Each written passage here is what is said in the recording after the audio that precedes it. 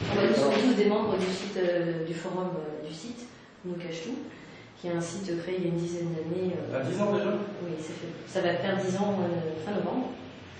Donc, qui rassemble des gens qui se posent des questions, que ce soit à des niveaux politiques, à d'autres niveaux. Donc, le principe, hein, c'est de laisser s'exprimer tout le monde, mais de manière à apporter une argumentation, une réflexion. Voilà, sur des sujets allant de l'économie, de la politique, aux médecines naturelles. On va dire que le maître mot, ce serait le fait que c'est alternatif. D'accord. Voilà. Ça va, vous avez des choses à...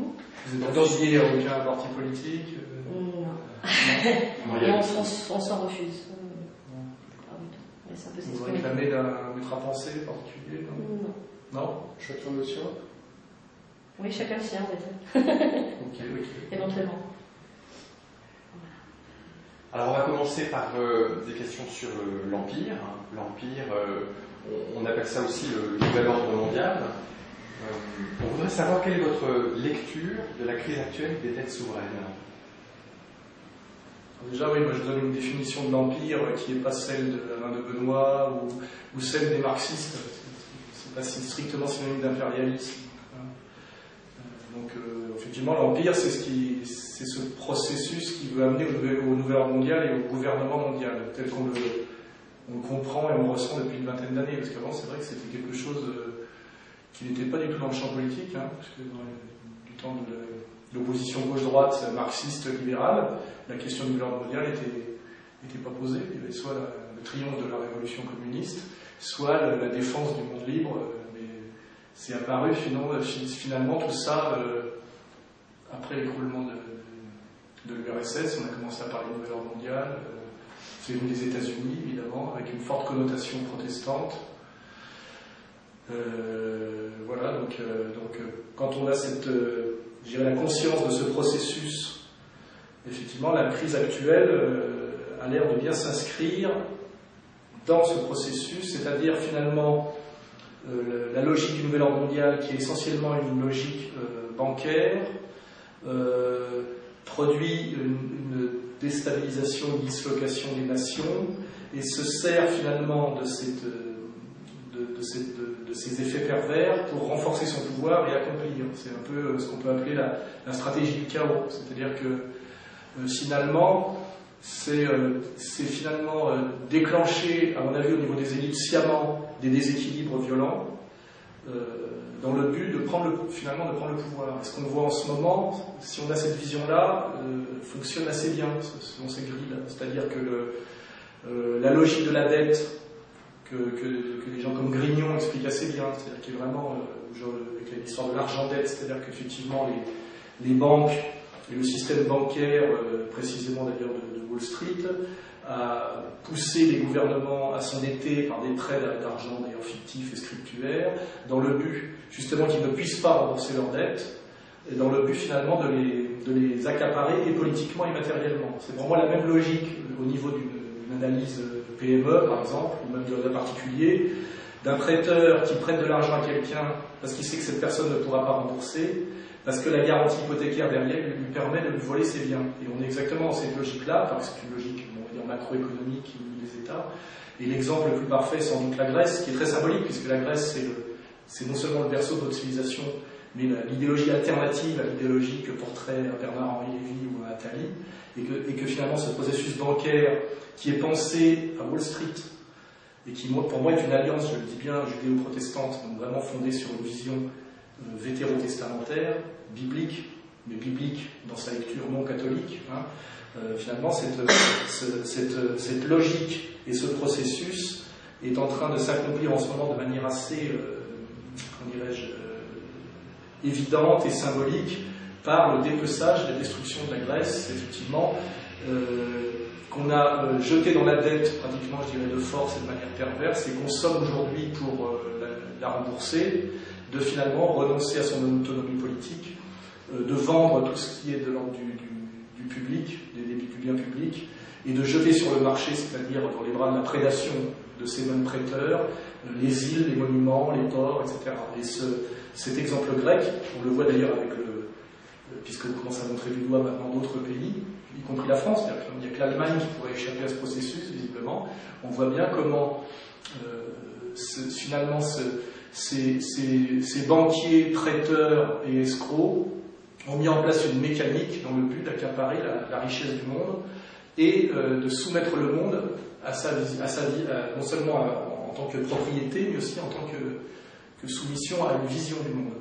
Et moi, je pense, quand je dis ça, à la phrase du patron de Goldman Sachs, « Je ne suis jamais qu'un banquier qui accomplit le projet de Dieu ». Je pense qu'il n'est pas plus transparent comme phrase pour dire qu'en fait, que ce n'est pas seulement, comme le diraient les marxistes, une dérive de l'accumulation capitaliste qui aggrave ces contradictions en s'accomplissant, c'est-à-dire, ça serait l'analyse purement matérialiste et marxiste d'un processus parfaitement étudié par Marx, qui est la contradiction interne du capital, mais qui a derrière une vision eschatologique et quasi-religieuse. C'est là où moi je dis qu'aujourd'hui, ce projet qu'on peut appeler le projet néolibéral s'accomplit selon deux visions strictement contraires qui se croisent, c'est-à-dire une extension de la logique marchande et matérialiste, c'est-à-dire tout réduire au rôle de marchandises. D'abord les marchandises, puis les services, puis les êtres humains, les organes, le corps des enfants, etc. etc. Donc c'est une logique de désacralisation intégrale, mais qui derrière, quand on creuse un peu plus et qu'on va un peu plus loin, accomplit un projet qui lui est totalement religieux et qui rejoint le projet de l'Ancien Testament et la promesse faite par Isaïe, la promesse traduite par les prophètes, faite à un certain peuple élu, effectivement, de lui soumettre la totalité des nations et de réduire ces peuples sauvages et voués à la guerre éternelle à une horde d'esclaves dilotes voués à leur toute-puissance au nom de Dieu et de la plus grande gloire de Dieu et de la paix soi-disant éternelle et universelle. Voilà. Donc là, je crois que je vous ai posé le problème dans son entièreté. Voilà. Donc ça rejoint ma seconde question, parce qu'on voulait donc vous poser, pensez-vous que la création monétaire est un outil pour mettre les peuples en esclavage? Donc là, votre réponse nous confirme. Oui, on peut creuser un peu plus, c'est-à-dire que la monnaie est quelque chose qui est apparu à un moment donné de l'histoire et qui a été sans doute rendu nécessaire par la logique du marché, parce qu'en fait c'était pour dépasser le stade du troc. Donc la monnaie est un médium, mais qui doit toujours correspondre à une richesse et à une valeur réelle derrière. Et de tout temps, la valeur qui a été choisie, parce qu'elle était universelle et constante et partout échangeable, était le métal précieux, l'or et l'argent. On se rend compte que depuis très récemment, en fait, la monnaie papier qui s'est généralisée très progressivement, puisque au tournant du siècle, la monnaie métal était encore très présente en France, en Allemagne. On peut parler d'ailleurs, je crois qu'il y avait une communauté latine de la monnaie qui a été abrogée au tournant de la Première Guerre mondiale. Donc on croit que de toute éternité, on a fonctionné avec des billets et de l'argent papier, mais c'est très faux, c'est très récent.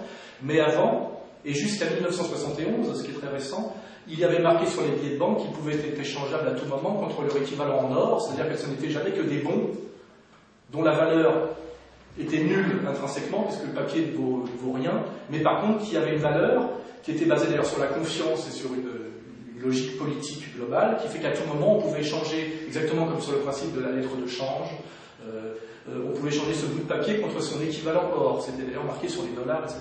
Ce système qui était qui était un système relativement fonctionnel et vertueux, a été aboli unilatéralement et jusqu'à présent définitivement par les États-Unis d'Amérique en 1971, sous le règne de M. Nixon et sous les théories finalement néo-keynésiennes de la monnaie abstraite et totalement flottante, dont l'histoire nous démontre que cette vision des choses, qui renvoie à la catastrophe de Lao en France, une expérience qui s'est passée, je crois, sous la Régence, amène toujours une catastrophe finale, ou l'épopée des tulipes en Hollande amène toujours à une catastrophe finale et intégrale. Et nous approchons de cette catastrophe finale, c'est-à-dire que nous vivons sur des tonnes de dettes qui sont générées par des tonnes de faux argent, qui ne sont que des piles de papier qui ne correspondent à rien, mais ceux qui détiennent ces dettes ou ces piles de papier prétendent détenir la richesse du monde, alors que quand on étudie le processus, ce processus qu'on appelle le néo-capitalisme purement spéculatif et abstrait, non seulement produisent de la fausse valeur, mais cette fausse valeur, en fait, ne procède que d'une destruction de richesse réelle. C'est-à-dire que c'est une entreprise de captation du pouvoir politique par une prétention à la maîtrise de la richesse qui est fictive, mais qui est en réalité une destruction de capital quand on va au bout. Donc là, bon, c'est assez complexe. C'est-à-dire qu'il faut bien savoir que l'économie est d'abord n'est pas une science exacte, mais que c'est une science de la domination, un peu comme l'était la scolastique du temps du règne du catholicisme politique. Et c'est une comment dirais-je, une science non exacte, mais c'est une science de la domination et de la manipulation. Et en fait, c'est une science qui est très peu enseignée, dont les enseignants eux-mêmes sont des corrompus et les gens qui participent à la propagation. Et ce qui fait qu'en fait, très peu de gens, y compris dans les élites politiques et chez les politiques, maîtrisent en fait la complexité de ce qu'est l'économie. Et on peut même, je pense, arguer qu'un type comme Sarkozy, qui est un avocat de deuxième zone, ne comprend rien pratiquement à ce qu'il accomplit et n'est même pas un pervers polymorphe, mais un couillon et un corrompu, c'est-à-dire qu'il touche pour sa participation, mais je ne crois même pas qu'il comprenne les fins et les moyens de ce processus global. Et j'ai rencontré personnellement très peu de gens qui maîtrisaient l'économie. Moi-même, il a fallu que j'apprenne ma maîtrise de ce sujet vient du fait que je suis totalement autodidacte. Sinon, je ne pourrais pas... Si j'étais comme Zemmour et j'avais fait Sciences Po, je dirais toutes les bêtises qu'il dit en ce moment, qui sont en train de le démasquer comme petit agent de droite libérale, quoi. Et la question est là, c'est qui maîtrise l'économie? Qu'est-ce que l'économie? Dans le temps, on appelait ça d'ailleurs l'économie politique. Après, on appelait ça la science économique. C'est-à-dire c'est un mot qui a glissé vers le scientisme en s'appuyant sur quelque chose de totalement... qui est un montage fallacieux qui est l'axiomatisation et la mathématisation de l'économie. Donc c'est tous ces processus qu'il faut étudier, décortiquer. Et au bout du compte, il y a très peu de gens qui maîtrisent tout ça. Et ceux qui le maîtrisent, il faut qu'en plus ils s'en servent pour dénoncer l'arnaque plutôt que d'y participer. Il faut qu'ils soient d'une très haute vertu morale. Et cette vertu morale, à mon avis, n'est compatible qu'avec un certain islam et avec un certain catholicisme, et sûrement pas de toute façon avec le protestantisme ou le judaïsme tel que je le décris, que j'appelle moi talmudo-sioniste. Voilà. Donc ça explique la merde totale dans laquelle nous sommes aujourd'hui. Donc l'alternative, c'est un retour au standard or, le dinar d'or et le dirham d'argent. Qu'est-ce que vous proposez? Peut-on échanger sans monnaie? Sans monnaie et papier? Moi j'essaie de lire à peu près ce que les économistes proposent, et je crois avoir un assez bon instinct quand je lis des économistes pour voir s'ils sont de bon niveau ou pas, au niveau, je dirais, de leur virilité intellectuelle. Pour moi, le meilleur que j'ai lu récemment, c'est Antal Fekete, qui est le spécialiste mondial de l'or, et ses analyses d'ailleurs rejoignent totalement, finalement, ce qu'écrivent les musulmans sur cette question-là. Hein. Et lui est pour un retour au standard or, sans disparition de la monnaie papier, mais il dit que la monnaie papier doit toujours être mise en libre concurrence avec le standard or pour que la monnaie papier ne puisse pas se permettre n'importe quoi, et il dit qu'avec le système de ce qu'on appelle les chambres de compensation, ce système assez classique, finalement authentiquement libéral, puisque aujourd'hui nous avons des libéraux qui sont en fait des anti-libéraux, et des anti-libéraux qui finalement s'y creusent, finalement seraient assez libéraux en fin de compte, c'est-à-dire que tout est à fond renversé, les mots ne veulent plus rien dire. Mais ce qu'il est évident, c'est que si on ne réintroduit pas le réel, ce que Lénine appelait l'éternel retour du concret, dans le système monétaire, le système de production de richesse, et ce réel, en bout du compte, c'est le métal précieux, le système est voué à s'écrouler, ce qui n'est pas très grave, mais surtout il va s'écrouler sur nous, c'est-à-dire qu'il va entraîner une catastrophe mondiale au niveau des peuples, de la misère, etc. Et d'ailleurs, l'argument des crétins, c'est de dire oui, mais le problème de l'or, c'est qu'il est limité par les mines, etc., et que donc ça limite la capacité de création de richesse. Ça, c'est vraiment l'argument le plus stupide. Ça oblige justement à bien comprendre que la richesse a toujours une réalité concrète, et justement à obliger la richesse réelle à se coupler à la réalité finalement de ce qu'est l'or, parce que si on découple ça, on arrive aux fictions de l'argent scriptural et au multiplicateur infini, qui fait qu'aujourd'hui, personne ose simplement penser le poids de la dette américaine en milliards de dollars, ramené, comme l'aurait fait Sauvy, au nombre d'habitants, et ce que ça veut dire comme dette par tête de pipe. Et là, on se rendrait compte que tous les citoyens américains sont endettés de milliards de dollars, ce qui veut dire donc qu'on est dans des absurdités métaphysico-mathématiques qui, à mon avis, ne peuvent satisfaire que les kabbalistes, voilà, pour faire des raccourcis. Donc effectivement, ce n'est pas un handicap que l'or soit un objet matériel et que du coup ça oblige l'économie à rester connectée à la matière, c'est-à-dire à la réalité de la richesse réelle et de la production de valeur réelle, parce que tout le problème aujourd'hui vient de là, c'est que le capitalisme financier pondu à Wall Street par des mathématiciens et des apprentis sorciers a déconnecté totalement l'économie spéculative de l'économie réelle, qui est en dernière instance du travail humain qui produit des objets ou au mieux des services, mais qui sont tous forcément à échelle humaine. C'est-à-dire que sinon, on est dans le délire total, et ce délire total dans lequel on est, qui est la doxa de tous nos dirigeants, amène le monde à la catastrophe. La catastrophe parce que bientôt on va découvrir et admettre que tout cet argent n'existe pas, c'est-à-dire qu'on va perdre tous nos actifs bancaires, etc. On va revenir à une société de violence et de troc où effectivement ceux qui auront de l'or pourront échanger et les autres essaieront de leur voler. Enfin, c'est-à-dire que Fekete décrit très bien quelque chose qui ressemble à Mad Max, et ça peut arriver demain. Et surtout, ceux qui ont monté ce processus d'escroquerie, parce que je pense que chez les économistes, il y a deux catégories. Il y a les imbéciles qui répètent bêtement, qui correspondent un peu à la naïveté du curé de campagne sous l'Ancien Régime, et puis ceux qui produisent la théologie, et qui eux sont des escrocs en conscience. Et là, ça serait tous ces prix Nobel d'économie, dont la communauté juive se vante d'ailleurs, qui sont très souvent juifs. Il faudrait se poser la question de savoir s'il faudrait qu'ils s'en vantent tant que ça, ou plutôt qu'ils commencent à le cacher. Voilà. Pour finir ce raisonnement, ceux qui ont monté ce système d'escroquerie globale savent très bien que ça va bientôt leur péter à la gueule, et pour éviter que ça leur pète à la gueule et qu'ils finissent pendus ou guillotinés, il va falloir qu'ils déclenchent, comment dirais-je, une violence de dérivation, qui est quelque chose qui est en train d'arriver très vite, qui est la Troisième Guerre mondiale, qui nous sera présentée comme la guerre défensive du monde judéo-chrétien, qui est une fiction qui n'existe pas, contre l'islam, et un islam évidemment sur le modèle salafo-wahhabite, qui est un mauvais terme, mais sur le modèle saoudien certainement, et c'est ce qu'on est en train de nous préparer maintenant, dans le monde entier, enfin dans le monde occidental, parce que là je parle en fait du monde, ce qu'on appelle le monde abrahamique, l'Inde et la Chine étant en regardant finalement, et c'est ce qui est en train d'arriver, et c'est ce qui explique le récent épisode du soi-disant incendie de Charlie Hebdo.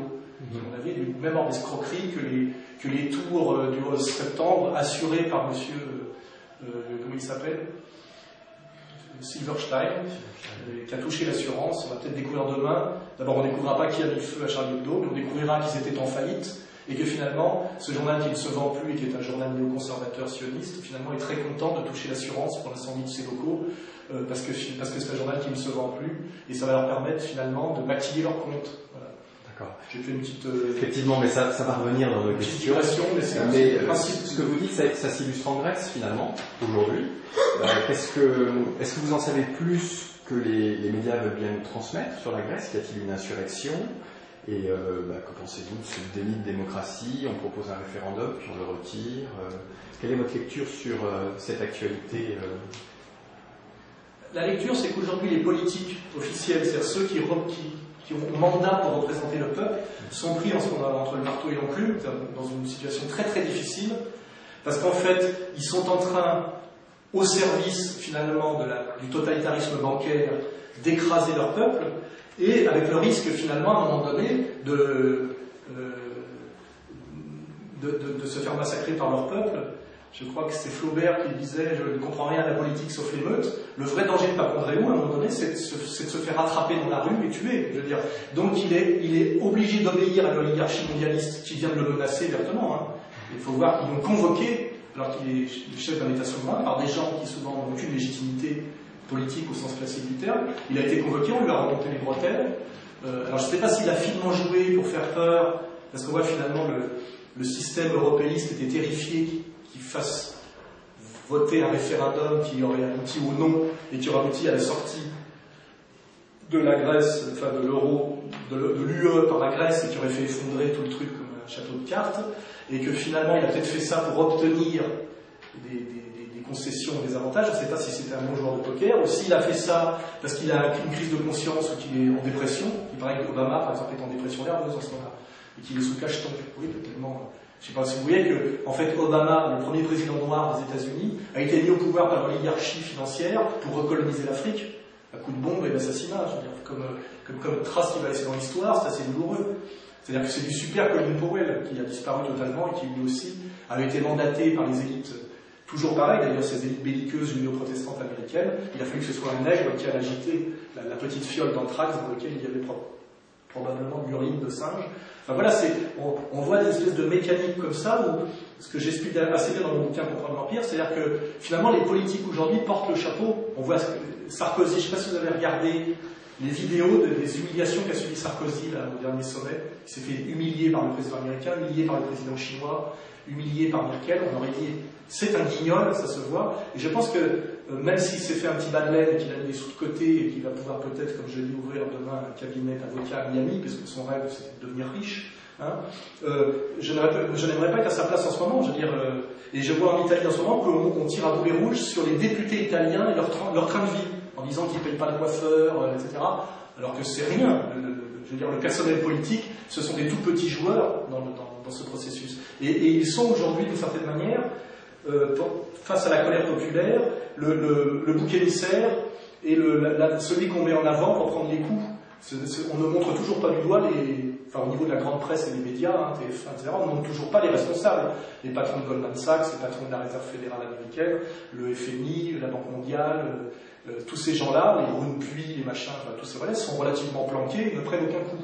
C'est ça qui est assez, moi je dis satanique, puisque c'est la définition finalement assez littérale de ce que c'est que le satanisme, la séduction, le mensonge, la corruption, etc. C'est que finalement aujourd'hui, les politiques représentatifs sont payés finalement pas mal, mais pas très cher, pour se faire lyncher par leur peuple et servir de soupape de sécurité pour que les vrais responsables et décisionnaires puissent continuer à faire leur travail de prédation dans une période très risquée, sans prendre de risques. Hein, et qui tire les ficelles on le sait, l'oligarchie mondialiste, on l'a parfaitement identifié. Ce sont on va dire, c'est le tandem Rothschild, Rockefeller et tous leurs ayants droit. On le sait, c'est le lobby bancaire, allié au lobby pétrolier, allié au lobby militaro-industriel, allié au lobby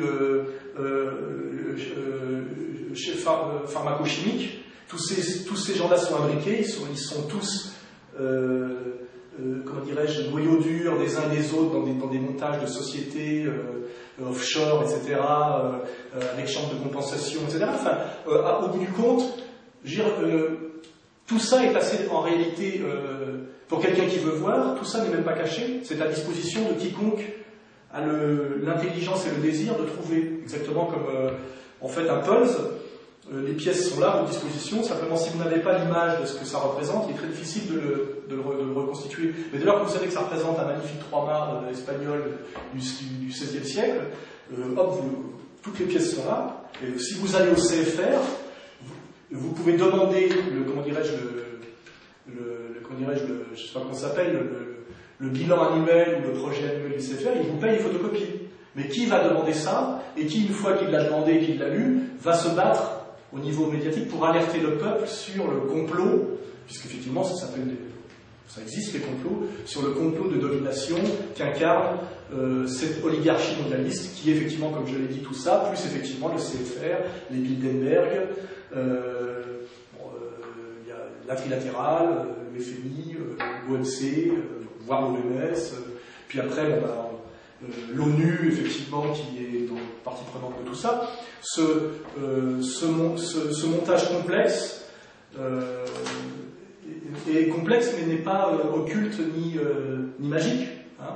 Et aujourd'hui, d'ailleurs, beaucoup de gens, Marine Le Pen, Dupont-Aignan, moi dans mes bouquins, Pierre Villard, Dieudonné, par d'autres moyens, nous amusons à montrer cette oligarchie mondialiste du doigt, qui est effectivement qui avant était caché, et qui petit à petit a annoncé son projet, et qui, ça on a vu, c'est le tournant des années 80, Nouvel Ordre Mondial, Empire du Bien, etc., désigner ses nouveaux ennemis, et là est en train, dans sa phase, je dirais, finale, d'être sur le point de prendre le pouvoir, c'est-à-dire d'accomplir son projet, c'est-à-dire le gouvernement mondial. On voit très bien maintenant que les G20, G8, etc., sont déjà des embryons de gouvernement mondiaux, et que tout ce qu'ils nous proposent, c'est la mise sous tutelle des États, c'est un ministère de l'économie et des finances sous contrôle du cartel bancaire et européanisé au niveau de l'UE, etc. Enfin, je veux dire, tout ce que je dis aujourd'hui est assez vérifiable parce qu'on est très très près de l'épilogue,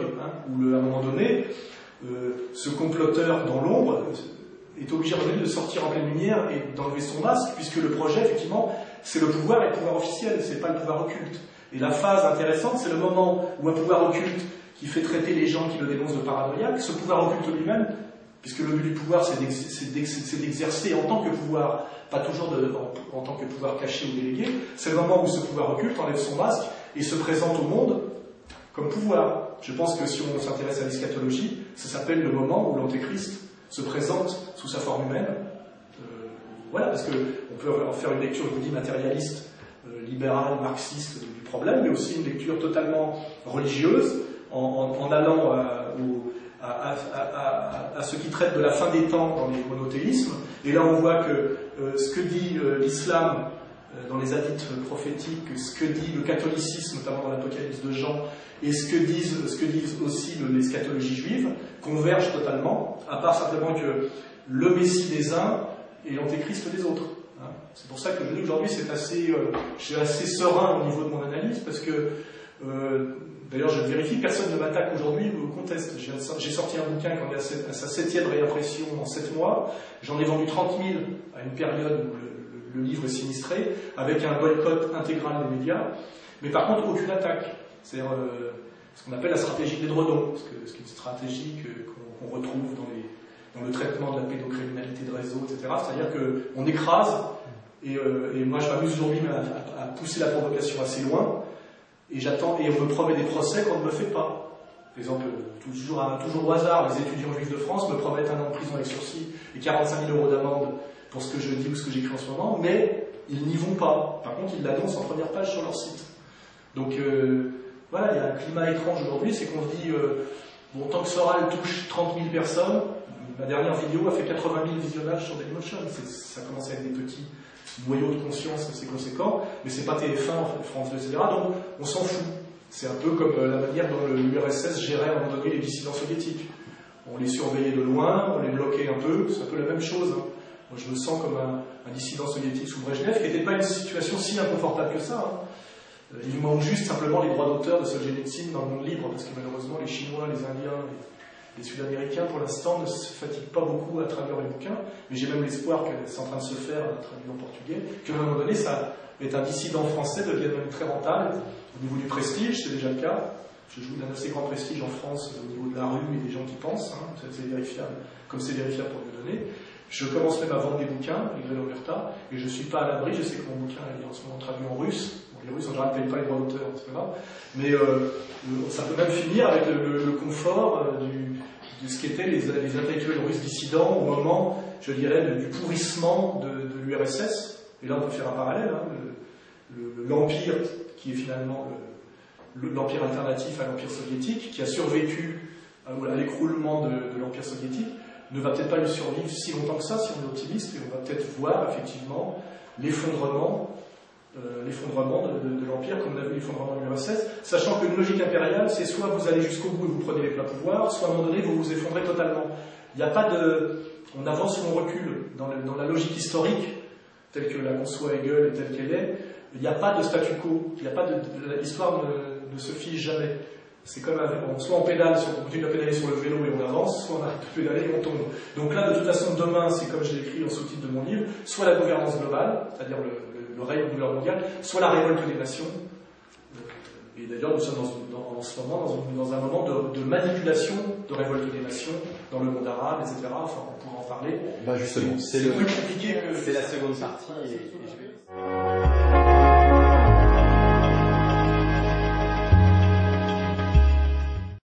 C'est parti. Les réponses sont assez longues, mais c'est mon système à moi. De toute façon, je digresse parce que de toute façon, c'est comme ça que ça marche. Il faut relier tous les morceaux. D'accord, donc le second thème, c'est effectivement la révolte des nations. Et donc les révolutions arabes mènent-elles à des démocraties musulmanes? Alors, c'est un sujet très récent, hein, tout ça. C'est-à-dire que moi, j'y réfléchis tous les jours. Si vous vous souvenez de la dernière fois que j'ai été invité à la télévision chez KBI, il y avait des escrocs devant moi, qu'on peut d'ailleurs aujourd'hui nommer et prendre par le col. Il y avait Maffesoli, il y avait un autre, là, un jargonneur, dont j'ai oublié le nom, et qui me parlait de changement de paradigme, et que c'était des révolutions grâce à Internet et à Twitter. Ces gens-là sont des imbéciles et des escrocs.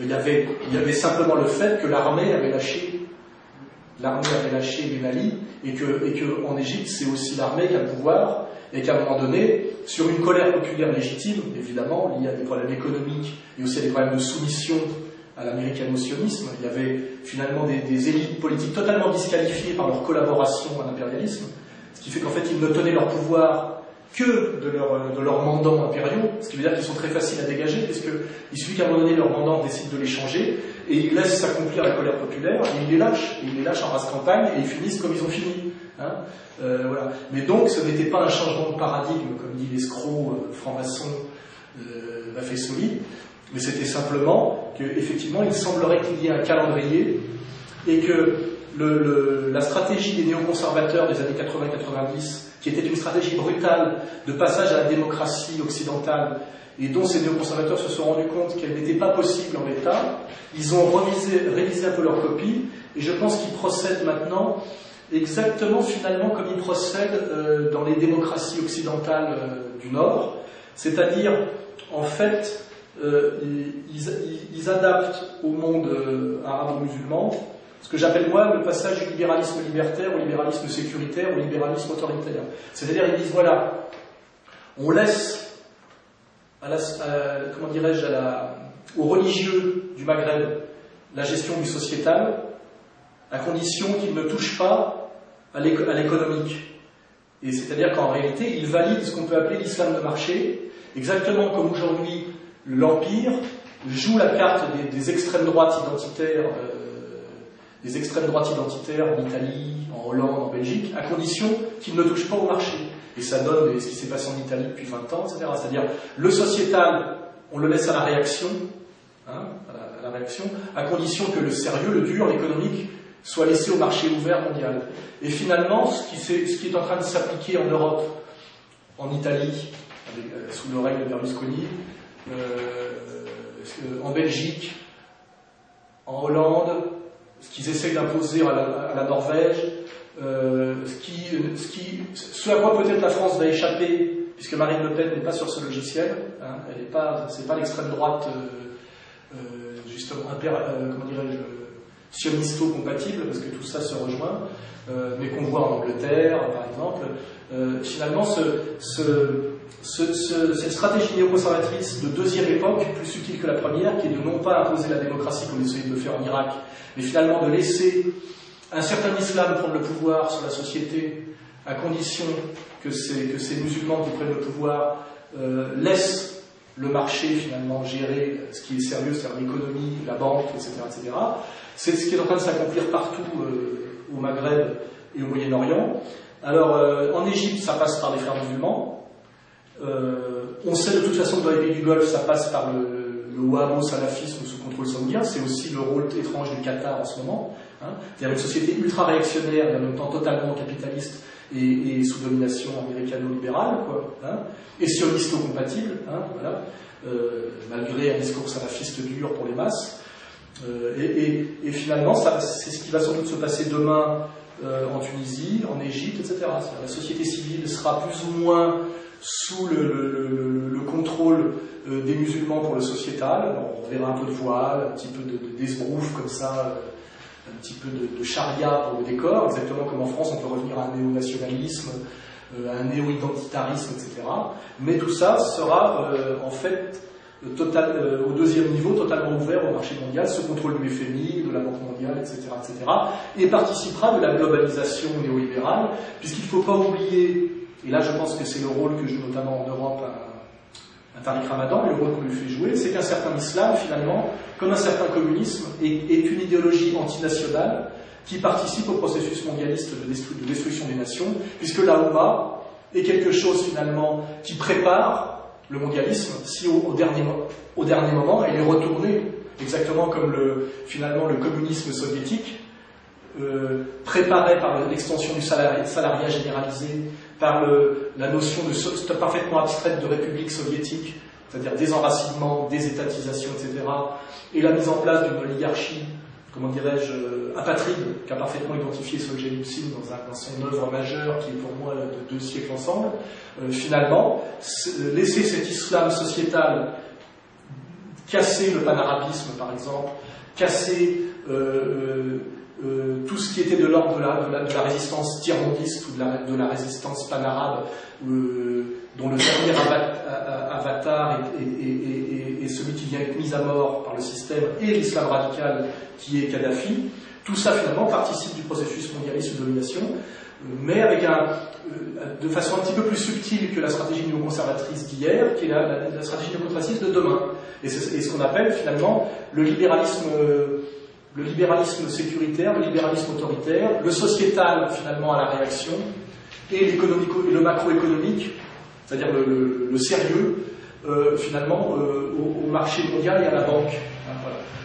Et tout ça, à mon avis, la bonne lecture de demain, pourquoi l'empire américano-sioniste, partout dans le monde arabe, aide à mettre en place des islamistes radicaux contre des régimes laïques, à économie socialiste, qui sont en général les protecteurs des chrétiens. C'était vrai pour l'Afghanistan, mais là il y avait encore une lecture de lutte contre l'URSS, mais après c'était vrai aussi en Irak, où là ça devenait moins explicable. Bon, on se disait le pétrole, etc., mais c'est déjà un peu foireux.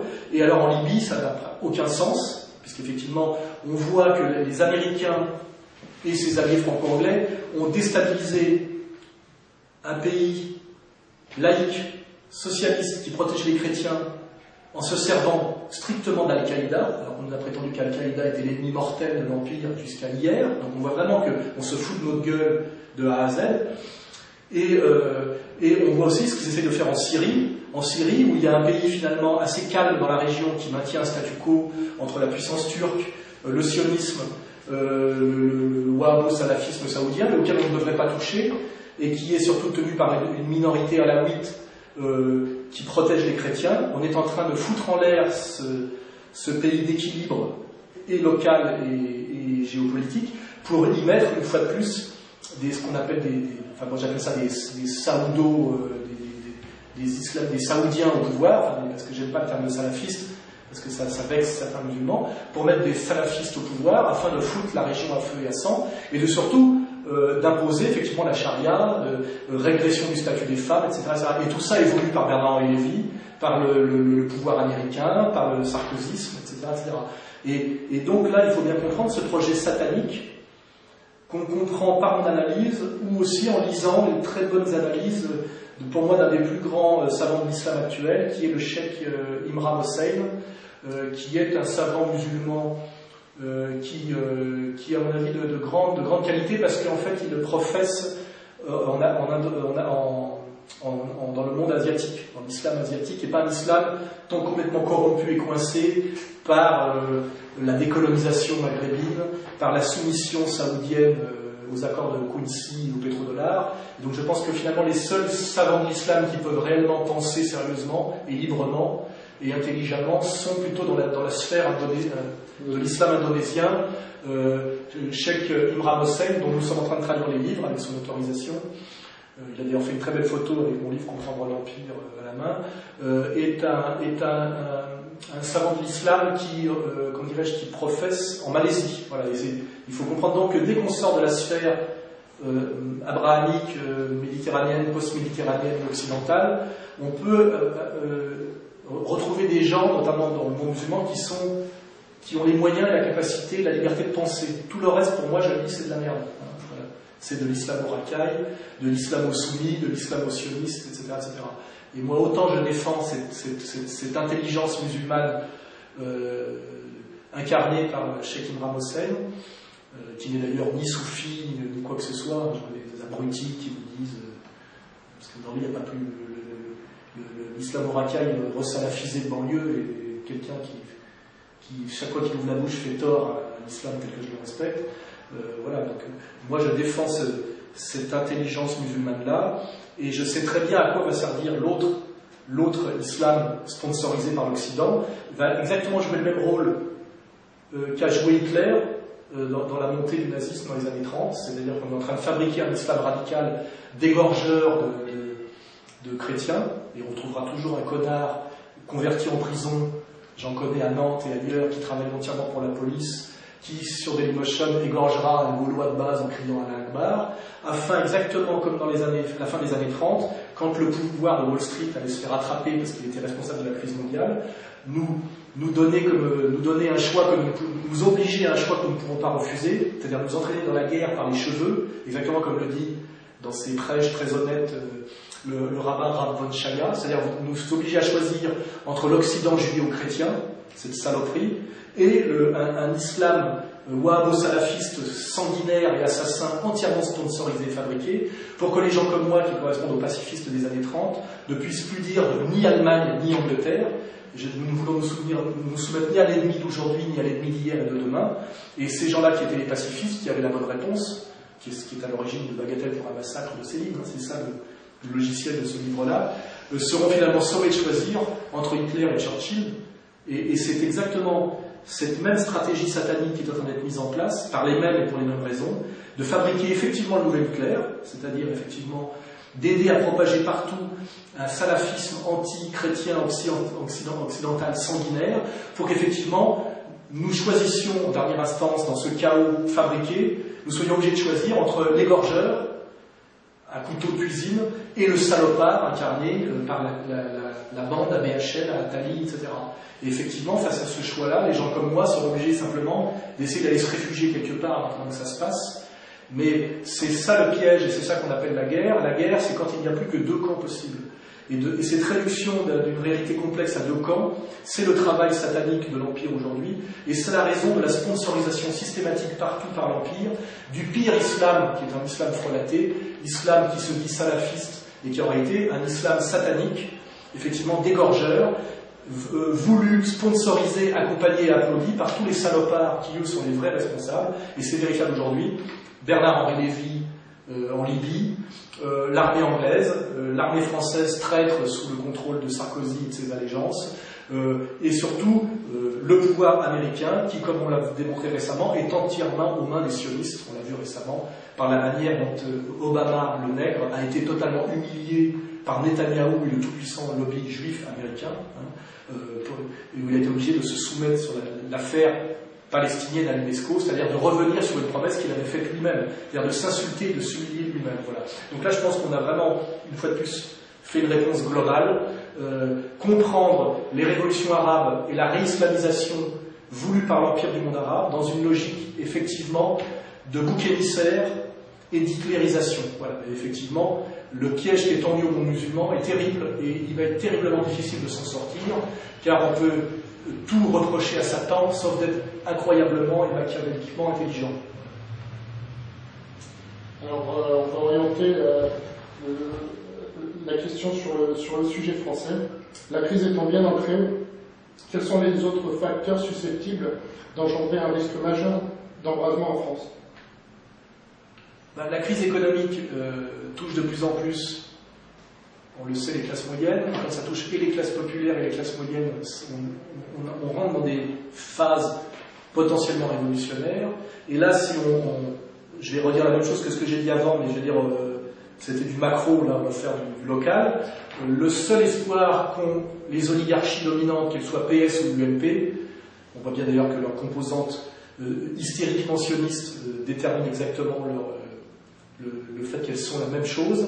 Le seul moyen d'échapper à leur responsabilité, qui n'est pas d'ailleurs d'avoir créé la crise, mais de n'avoir pas eu le courage d'y résister et d'avoir laissé finalement le peuple de France entièrement, je dirais, à poil et à leur campagne face au projet de destruction et de domination de l'oligarchie mondialiste logée aux États-Unis.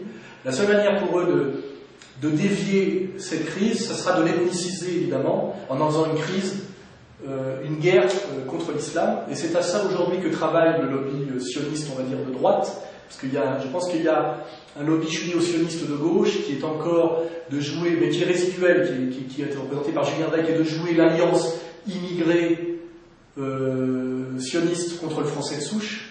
Et la nouvelle tendance qui est en train de dominer, qui a été amenée progressivement par Finkielkraut, puis par Zemmour, on passe toujours de de l'élite à la massification, et qui est porté par Goldnadel au CRIF, qui est de jouer l'alliance réactionnaire et identitaire française et sioniste contre les immigrés rebaptisés musulmans. On sait que ce sont les mêmes. Et il y a une petite engueulade en ce moment au sein de la communauté, c'est des divisions dont il faut savoir jouer d'ailleurs, mais on voit très bien que Charlie Hebdo, qui était un journal officiellement d'extrême gauche, aujourd'hui sur une ligne d'extrême droite. Ils sont sur la ligne de la guerre contre l'islam, alors que leur boulot normalement devrait être finalement de porter au moins soit un discours libertaire, soit un discours libertaire au moins au service d'une vision de classe, d'un travail de lutte des classes. Donc effectivement, ce qui va se passer demain en France, ça sera fait de manière vulgaire, sans doute par Sarkozy, mais Sarkozy de toute façon ne sera même pas au deuxième tour de la prochaine présidentielle, et je pense qu'il est déjà le projet de l'oligarchie mondialiste, c'est l'alternance. Ce projet s'est apporté de manière beaucoup plus perverse par le PS, puisque le PS a toujours dominé les immigrés, et est moins identifiable comme anti-musulman que l'UMP. Son identification se fait par son allégeance totale au sionisme et au lien complet qu'a l'international socialiste et le sionisme, mais c'est beaucoup moins vu par les petites gens de la base, dont les musulmans sont essentiellement puisés dans le prolétariat, le sous-prolétariat et les gens peu cultivés, donc ils auront beaucoup plus de mal à identifier le jeu pervers que va jouer le PS demain contre eux que si c'était l'UMP. C'est une des raisons pour laquelle Sarkozy doit dégager. Et donc je pense effectivement que demain, nous allons en France vers une aggravation de la crise économique et systématiquement une double déviation de cette crise économique de façon laïque par Mélenchon en montrant du doigt la menace fasciste et l'alternative fasciste et en se référant aux années 30 et en maintenant la soumission finalement au monde de l'argent face à quelque chose qui serait plus grave, qui serait la dérive fasciste. Et ça c'est le positionnement de Mélenchon, qui est le positionnement de soumission laïque et de déviation perverse d'une vraie lecture de classe incarnée par Mélenchon. Et donc lecture beaucoup plus vulgaire, à laquelle ne participe pas Mélenchon, c'est effectivement l'ethnicisation et comment dirais-je, le mot religiosification, je ne sais pas comment on dit, de la crise, c'est-à-dire le problème vient de l'immigré musulman. Et d'ailleurs, ceux qui disent que le problème vient du musulman sont toujours pour l'immigration, sachant que si la France se remplit de musulmans, c'est parce qu'elle se remplit d'immigrés. C'est-à-dire qu'ils prétendent lutter contre l'islam en faisant tout pour qu'il y ait de plus en plus de musulmans en France, et en faisant tout d'ailleurs pour qu'ils se radicalisent au niveau de leur islam, puisqu'on voit aujourd'hui que tout ce qui est aidé en banlieue, on le voit notamment par le film Un prophète, qui a eu 7 récompenses au César, dont le scénario est fait par un petit Algérien bien haineux sur la ligne FLN, qui fait bien le sale boulot toujours de haine raciale en France, et réalisé, c'est assez emblématique, par un homosexuel fasciné par le blédard enculé, et qui est le fils PD du très grand cinéaste français Michel Audiard. Donc on voit bien quand même qu'il y a une logique incroyablement lumineuse à tout ça. C'est une pédale enculeur de maghrébin qui a fait faire un scénario par un bon petit algéro anti-français FLN pour bien montrer aujourd'hui le musulman sous la pire forme, c'est-à-dire l'islamo-racaille qui se sert de la mosquée pour faire du trafic de drogue et prendre la place dans le grand banditisme des Corses. Vous voyez, et ce film a été applaudi par toute la clique des crétins collabos du cinéma français, qui n'est jamais qu'une matrice à l'idéologie dominante et qui n'est jamais qu'une succursale d'Hollywood qui joue le même rôle. Et voilà. Et donc c'est-à-dire que ce théâtre de guerre civile, parce que c'est vers ça qu'on ira, et qui déviera la vraie guerre sérieuse qui serait la guerre de classe, c'est-à-dire où le peuple français réconcilié au niveau des classes moyennes et du prolétariat, et aussi au niveau des Français d'origine immigrée et des Français de souche, ce que j'appelle moi l'union de la gauche du travail et de la droite des valeurs, se débarrasserait de ces élites parasites et traîtres pour effectivement faire accomplir enfin la démocratie égalitaire en France. Et ça, effectivement, les Mélenchon, le bloc identitaire, les sionistes, bien évidemment, qui pilotent tout ça, les Zemmour, les Finkielkraut et les Charlie Hebdo, ça fait du monde, à gauche, à droite, laïque, religieux, les Boutins, Christine Boutin, soi-disant catholique, qui était au théâtre du Gymnase il n'y a pas longtemps pour s'opposer à la reconnaissance de l'État palestinien, et qui est une catho-sioniste, comme l'était d'ailleurs De Villiers avant qu'il soit châtié par Dieu, par sa cécité et par son fils. On voit très bien ce que ça rapporte aux cathos de se soumettre à leurs pires ennemis. Je rappelle quand même que le pire ennemi du catholique, c'est le juif, il ne faut pas oublier, c'est dans les Écritures, de A à Z, il ne faut pas oublier, il faut faire de la théologie.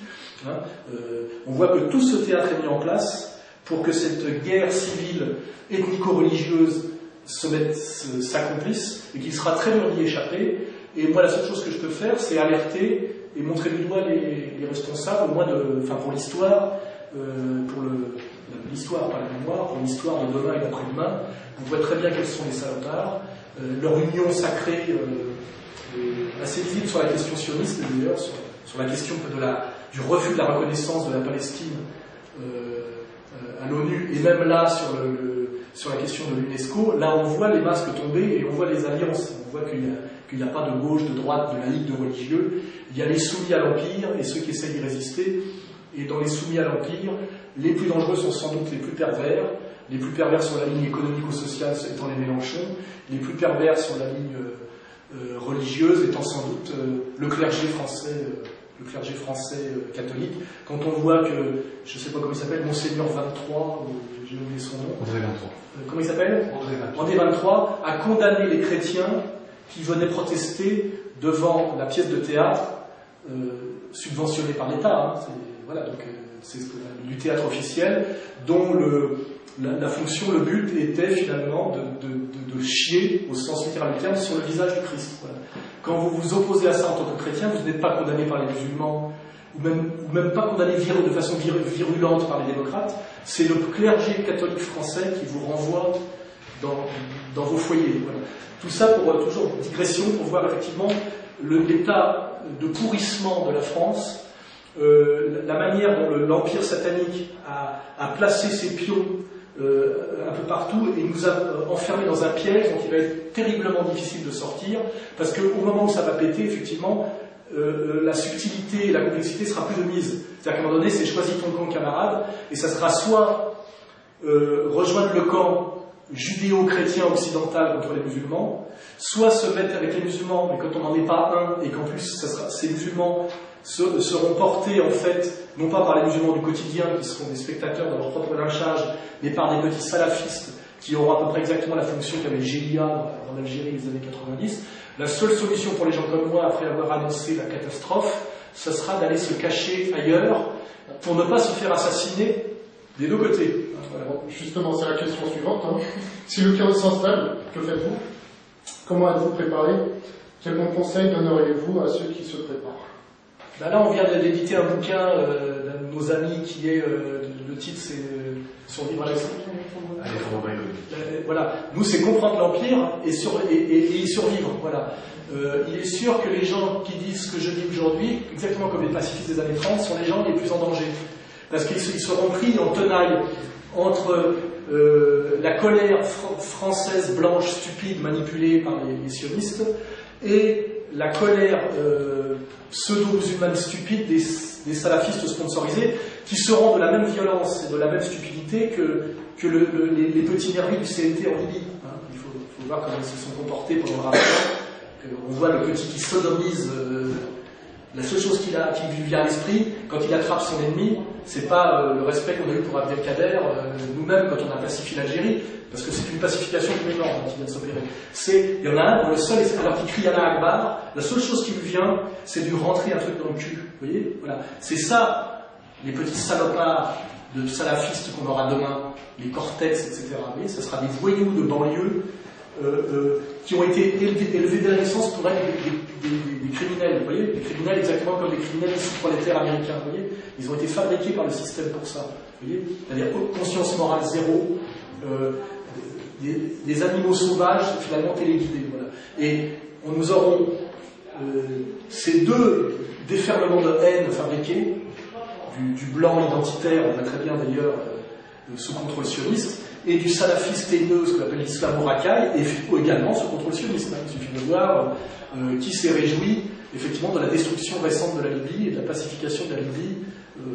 C'est marrant, mais à un moment donné, comme quand on se rapproche du moment de violence absolue, les masques peuvent tomber, puisque finalement on est passé à autre chose qu'à la manipulation par le logos, on est passé finalement au moment de la violence pure. Et Bernard Lévy aujourd'hui n'a presque plus de problème à soutenir des musulmans qui crient Allah Akbar pour aller assassiner un leader africain qui d'ailleurs avait normalisé totalement ses rapports avec le monde sioniste et le monde américain. C'est de ça qu'il est mort. Hein. Parce qu'il a cru qu'on allait les laisser mourir en paix, vieillir en paix, pour ne faire plus que des projets humanitaires, satellites de téléphonie africaine, irrigation, etc. Et c'est à ce moment-là qu'ils ont décidé de tuer. C'est pour vous dire que finalement, le problème de ces résistants à l'Empire comme Kadhafi, qu'on traite de monstres sanguinaires, leur fragilité, c'est qu'ils ne seront jamais d'un niveau de méchanceté égal à la méchanceté judéo-protestante qui est en face. Leur fragilité, c'est qu'ils ne sont pas assez méchants en réalité. Kadhafi est mort d'avoir pas été assez méchant, d'avoir laissé tout en sachant finalement son armée se corrompre, les agents infiltrer son pays en se disant bon, de toute façon, le panarabisme est mort, la cause palestinienne a perdu, n'a plus le même sens qu'elle avait du temps de Habash. Je suis là depuis 40 années, j'ai laissé les Américains revenir sur le plan économique et pétrolier, je ne fais plus chier les sionistes, j'ai participé à la lutte contre Al-Qaïda activement, ils vont me foutre la paix et me laisser vieillir en paix. C'est à ce moment-là qu'ils ont décidé non seulement de le virer, du pouvoir, mais de l'assassiner, et de l'assassiner comme ils ont assassiné Saddam Hussein, c'est-à-dire en l'humiliant, et surtout toujours de manière satanique en ne le faisant pas eux-mêmes, en allant chercher une horde de voyous, les mêmes qu'on a chez nous, qui l'ont tué, humilié de manière abjecte en criant à la Akbar. Ce ne sont pas des agents impériaux qui l'ont fait. Ils ont sous-traité, comme toujours, exactement dans ce que j'appelle moi la logique bourgeoise, c'est le problème n'est pas de tuer, mais de ne jamais avoir de sang sur les mains. Comme ça, Bernard Lévy n'a pas de sang sur les mains, vous voyez. Et surtout, au niveau de l'inconscient collectif français, ce qu'ont vu les Français, c'est des musulmans haineux, qui tuent des gens en criant à l'Akbar et qui ont tué d'ailleurs des milliers d'Africains. Et tout ça fait partie du projet de demain.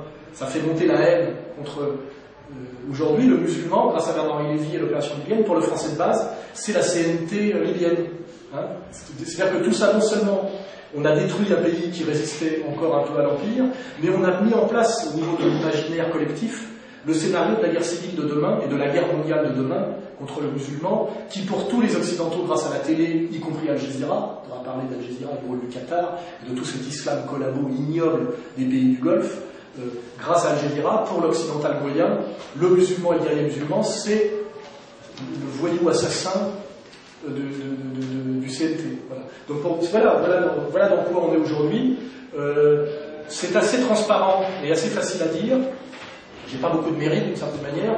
Malheureusement, le dire et le comprendre, par rapport au phénomène de masse, à la puissance de l'Empire sur le monde de l'argent, sa capacité de corruption, sa domination des médias, et le travail de destruction des intelligences, du logos, des consciences citoyennes, des consciences morales tout court, qui s'est accompli par le libéralisme libertaire depuis 30 ou 40 ans, parce que là on a fait 30 ans de libéralisme libertaire pour détruire la morale, et maintenant on passe au libéralisme sécuritaire, c'est-à-dire au libéralisme violent, pour passer de la phase de l'immoralité à la phase de la violence. Et on voit que tous les bobos sont prêts. On le voit que tous les bobos sont prêts. Charlie Hebdo est le marqueur du fait que le bobo, en plus d'être une tafiole, est un type qui valide l'assassinat de masse demain. Et voilà, ça peut être de l'antifascisme, de l'anti-islamisme, etc. C'est une lopette assassin, vous voyez ce que je veux dire, c'est le pire. Et c'est la jeunesse française est majoritairement, comment dirais-je, fabriquée sur ce logiciel. C'est la culture Canal+. Voilà. Tout le monde s'est félicité de ce qui s'est passé en Libye, c'est-à-dire de l'assassinat d'un leader légitime de manière dégueulasse. Ça n'a choqué personne. La mise à mort filmée de Kadhafi n'a choqué personne.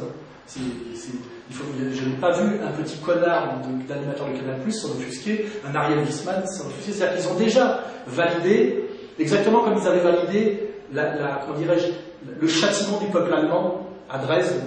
Et vous voyez, et le châtiment du peuple japonais à Hiroshima et à Nagasaki. Vous voyez, c'est le bobo, l'islamo-racaille et le catho-sioniste sont sans doute les pires salopards que le système satanique mondialiste ait produit, et ils seront les acteurs du bain de sang. Vous voyez, ils seront ceux qui vont valider le bain de sang.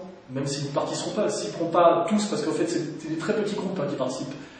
La guerre, c'est souvent beaucoup de spectateurs terrifiés et peu d'acteurs. Parce que l'occupation française, c'est 90% du peuple qui attend, et 3% qui résistent et 3% qui collaborent. Et j'ai beaucoup plus de respect d'ailleurs pour les collabos et les résistants authentiques, qui sont des guerriers qui mettent leur peau sur la table, que pour ceux qui attendent de voir qui va gagner, et qui ont applaudi, il ne faut pas oublier, en 1934, à la mise à bord de Stavisky, en 1936, à l'élection de Léon Blum, en 1940, au plein pouvoir de Pétain, et en 1945, à De Gaulle. C'est les mêmes connards de téléspectateurs canal-plusiens qui ont applaudi à ces 4 acteurs qui étaient strictement inconciliables. C'est pour ça que la démocratie, je le dis clairement, est de la merde. le peuple au sens où on entend cette démocratie de marché, l'opinion est de la merde.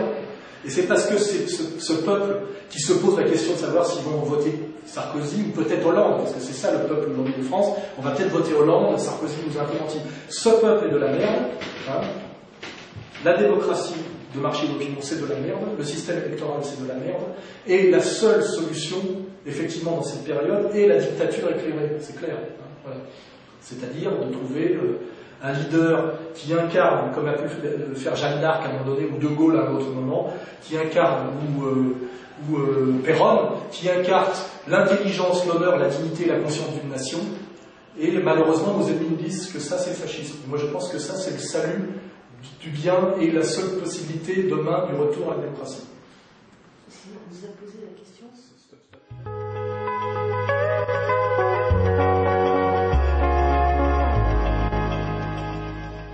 On vous a posé la question justement, une question qui visiblement a disparu concernant le casting probable. Ah oui, c'est vrai. Le casting, c'est quoi ? De la personne qui incarnerait, enfin, en attendant où la dictature éclairée. La politique, c'est faire avec ce qu'il y a et le moins pire. Hein. Alors, soit on est religieux. Alors si on est religieux, on attend quoi? On attend le retour du Mahdi, hein, de l'imam caché. On attend que l'antéchrist se montre en pleine lumière.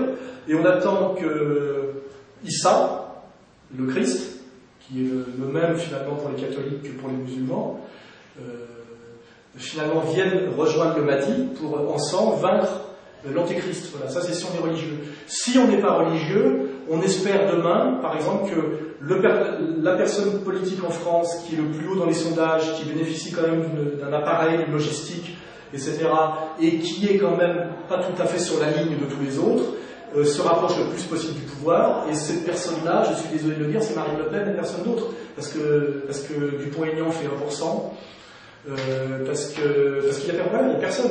Voilà, donc, moi, en mon âme et conscience, l'année prochaine, ça sera un acte politique, hein, ça ne sera pas un acte, comment dirais-je, d'adhésion, parce que je connais bien Marine Le Pen et son entourage, donc je ne rêve pas, hein, je suis allé voir de près, ça ne me fait pas rêver tant que ça, mais par contre, j'espère que Marine Le Pen sera au deuxième tour et qu'elle éjectera Sarkozy dès le premier tour, et j'espère, bien que je pense que Hollande risque de gagner, puisque tout est prévu pour ça, qu'elle fasse le plus haut score possible au deuxième tour, et comme les législatives maintenant sont couplées à la présidentielle, qu'elle fasse éclater l'UMP, ce qui est essentiel, et qu'il y ait un groupe Front National à l'Assemblée, comment dirais-je, le plus vaste possible, et que ce groupe Front National porte les idées qui soient le plus proches possible des miennes, c'est-à-dire de la ligne gauche du travail, droite des valeurs, c'est ce à quoi je travaille, et qui ne soit pas sur une ligne néoconservatrice, identitaire, anti-musulmane primaire, de type néolibéral raciste, c'est-à-dire qu'il ne soit pas du tout sur une ligne Italie du Nord, Ligue lombarde, etc., ou extrême droite anglaise ou extrême droite hollandaise, mais sur une liste populiste, égalité et réconciliation. Et c'est, modestement, moi c'est ce à quoi je travaille, c'est-à-dire à faire monter le niveau du Front National. Je crois que j'ai fait pas mal de boulot d'ailleurs à l'époque où j'y étais, parce que sur la ligne économique de Marine Le Pen, je la trouve parfaite, et sur l'islam, elle dit quand même moins de conneries qu'il n'y a pas longtemps, et je pense qu'elle commence à faire la nuance entre l'islamo-racaille, finalement, sous sponsoring impérial et sioniste, et les musulmans du quotidien, qui, moi, c'est ce que j'appelle la droite des valeurs, le front de la foi, qui, en fait, je le dis, ont vocation à voter Front National et à rejoindre, d'ailleurs pas le parti Front National, mais les Français, la résistance française. Et en fait, moi, je me sens très proche des musulmans authentiques et honnêtes dans mon combat de libération et d'émancipation. C'est ceux dont je me sens le plus proche, avec les catholiques intègres, que les autres appellent catholiques intégristes, et avec les, comment dirais-je, les communistes restés authentiquement communistes, c'est-à-dire ceux qui sont sur la ligne de Georges Marchais, c'est-à-dire ceux qui pratiquent encore la lecture de classe, et que quelqu'un comme Thibault ou quelqu'un comme Mélenchon sont chargés de trahir et de manipuler.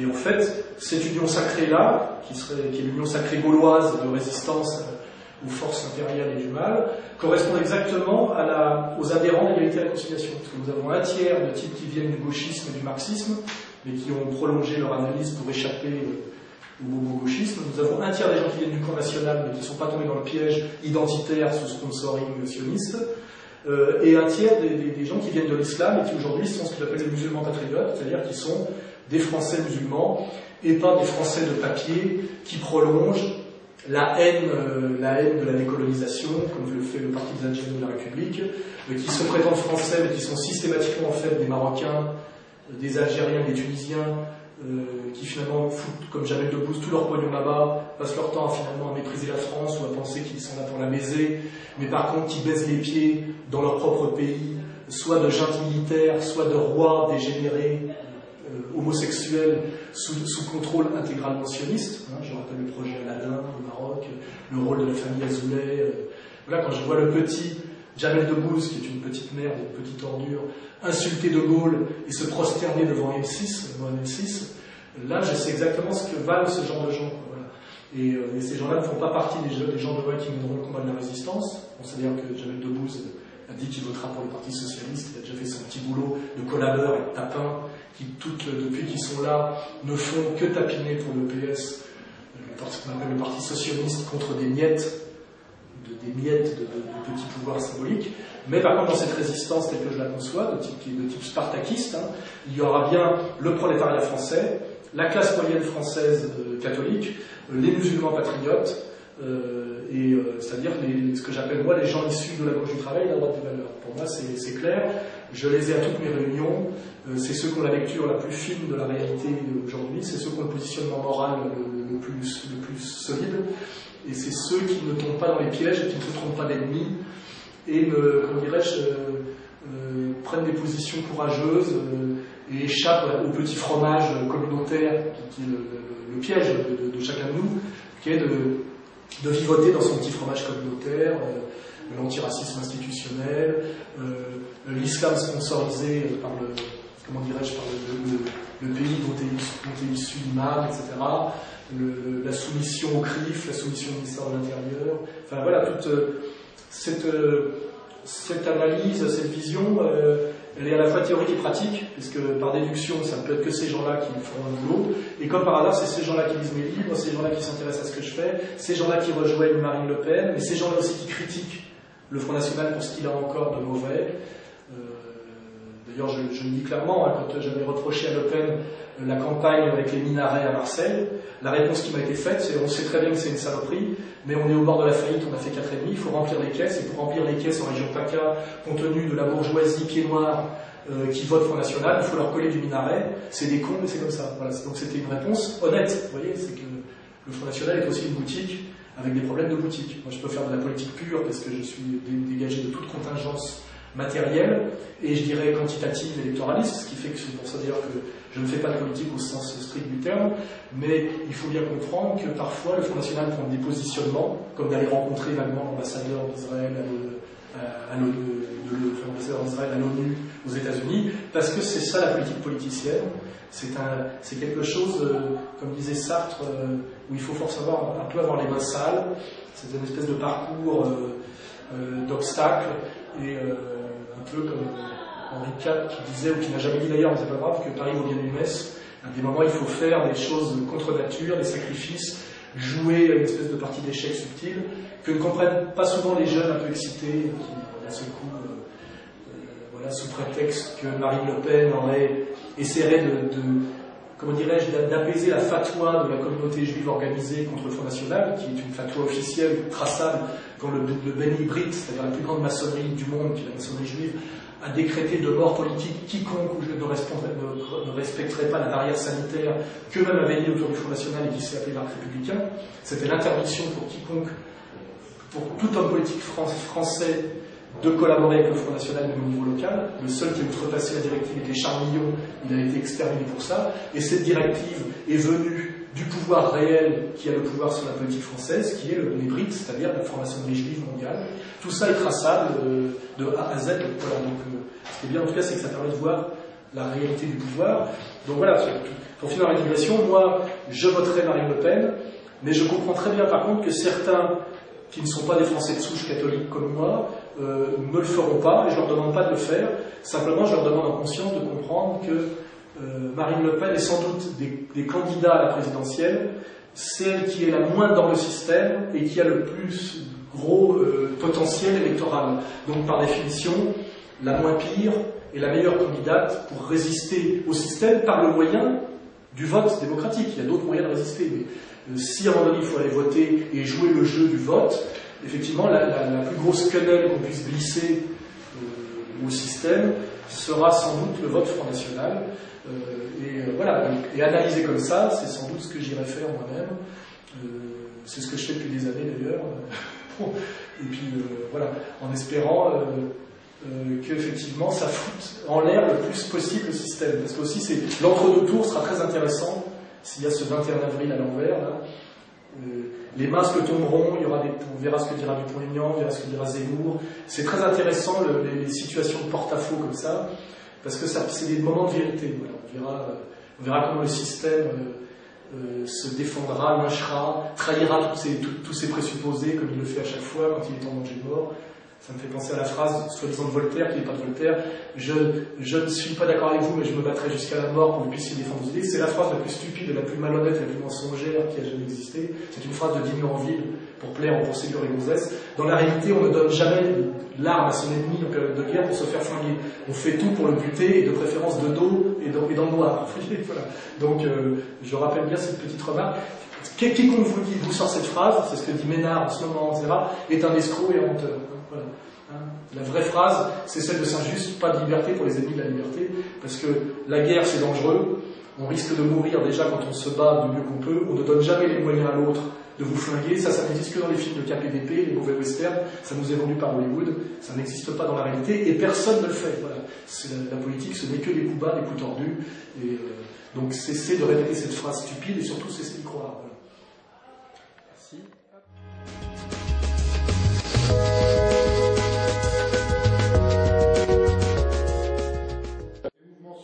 Émerge via Internet, Occupy Wall Street, Rassemblement Facebook, Anonymous, et semble être la marque de fabrique d'une génération qui a décidé de rompre avec les anciens modèles. Qu'en pensez-vous? Moi, les mouvements d'indignés m'intéressent à plusieurs niveaux. Déjà, oui, parce que c'est des mouvements qui, en apparence, sont spontanés, c'est-à-dire qu'ils ne répondent pas aux vieux critères classiques du syndicalisme organisé, des mots d'ordre de parti. Et après, il y a plusieurs façons de s'y référer. Ça ressemble beaucoup, malheureusement, aux mouvements financés par Soros, qu'on appelle les mouvements de société civile, basés beaucoup sur des étudiants, qui ont permis notamment, via des fondations comme l'Open Society Foundation, du milliardaire juif spéculateur Soros, qui ont permis d'achever, de démanteler l'ancien glacis soviétique, qui sont des trucs qui, en général, qui puent la merde, c'est-à-dire des mouvements de petits crétins ou de petits bourgeois étudiants manipulés, payés, etc., formés pour faire ce qu'on appelait les révolutions oranges, les révolutions colorées, là, voilà, ça peut ressembler à ça. On voit d'ailleurs que c'est les mêmes baratins, révolution de jasmin, révolution colorée, on retrouve les mêmes trucs d'agence de pub, et la marque de l'ombre de Soros et de ces trucs derrière. Alors après, chez nous, on a les indignés en France qui peuvent ressembler à ça. Moi, je suis allé voir un peu à Bastille. C'est une horde de crétins d'extrême gauche, dont le mot d'ordre était d'empêcher les Soraliens de débarquer et qui traitaient de fascistes quiconque critiquait le mondialisme économique ou parlait du siècle, etc. Donc c'était pas très crédible. J'avais l'impression que, comme toujours, c'était des mouvements trotskistes dont le boulot est d'anticiper les colères sociales et populaires et d'aller les infiltrer pour les contrôler et les noyauter. Ça rappelle mai 68, il faut savoir par qui a été fait mai 68 et qui est passé à la caisse et qu'est-ce qui reste de mai 68. Les leaders de 68 qui restent aujourd'hui, qui sont passés à la caisse, sont tous finalement des petits trotskistes juifs ralliés au mondialisme. Voilà. Et on a toujours ce même manipulation, mainmise du trotskisme dès qu'il s'agit de détourner des luttes sociales au service finalement de l'oligarchie et finalement du capital. Le rôle de Mélenchon typique, ancien trotskiste de l'OCI, passé par 37 ans de PS avant d'en sortir, 2 fois sénateur, et qui aujourd'hui ça me fait penser à une vieille pub qui prétend se marier en blanc. Voilà. On a toujours donc, dans ces mouvements d'indignés, toujours des manipulateurs trotskistes et des crétins étudiants qui travaillent finalement pour rien contre leur propre camp. Je les ai eu systématiquement dans la gueule, avec les punks à chiens de la CNT, les types de la ex-FCR devenue NPA. Je me félicite d'ailleurs d'être un des responsables de la mise à mort symbolique et politique de Besancenot. On l'a liquidé, j'ai mis 5 ans, on l'a liquidé par la base, sur le terrain. On l'a fait contester systématiquement par sa base et sur son terrain. sur ses contradictions de classe, ses mensonges et ses allégeances, et il n'a pas tenu le choc. Il a craqué. Voilà. Mélenchon a été appelé d'ailleurs pour le remplacer, parce qu'il est d'une stature un peu plus rigoureuse, mais il joue le même rôle. Voilà. Donc on a, dans ces mouvements d'indignés en France, on a cette composante révolution colorée, manipulation des étudiants, toujours cet encadrement trotskiste qui amène à Soros, qui amène à tous ces types qui ont fait la FNAC, qui ont fait MK2, enfin tu vois, tous ces types qui ont commencé dans l'extrême gauche et terminé dans le grand capital mondialiste. Il suffit de voir leur trajectoire. Et après, on a les indignés américains, le mouvement des 99%, qui à mon avis n'est pas tout à fait du même ordre. J'ai plus d'espoir pour ces mouvements-là, parce que ça a l'air d'être... D'abord parce qu'eux, ils vont contester Wall Street sous Wall Street, ils ne sont pas à Bastille. Hein.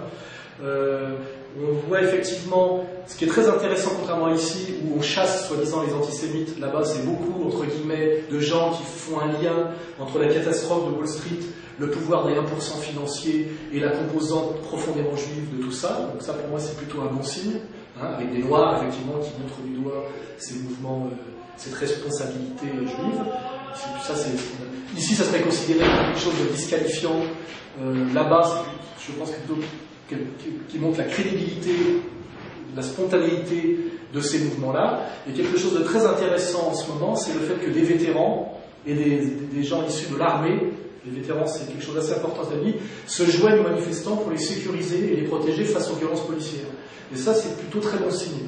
Dans mon bouquin Comprendre l'Empire, j'ai bien dit que l'Empire, qui est un empire vétérotestamentaire, judéo-protestant, capitaliste et guerrier, enfin, j'ai bien analysé tout ça, j'ai dit c'est l'alliance de la cruauté anglo-saxonne incarnée par l'armée américaine et du mensonge talmudique incarné par le capitalisme purement spéculatif des Ben Bernanke, etc. J'ai bien dit que l'espoir que cet empire à double composante soit vaincu, c'est qu'il s'écroule là d'où il puise sa puissance actuelle, c'est-à-dire aux États-Unis. C'est pour ça que je pense que l'Empire est pressé d'arriver au chaos final et à la Troisième Guerre mondiale, parce que si le statu quo reste tel qu'il est en ce moment, ils risquent de perdre leur pouvoir aux États-Unis, et s'ils perdent leur pouvoir aux États-Unis, ils perdent le pouvoir totalement. Et ça aussi a à voir avec la situation israélienne. Aujourd'hui, Israël tel qu'il est, dans sa composante géographique, n'est viable que si le lobby sioniste contrôle les États-Unis.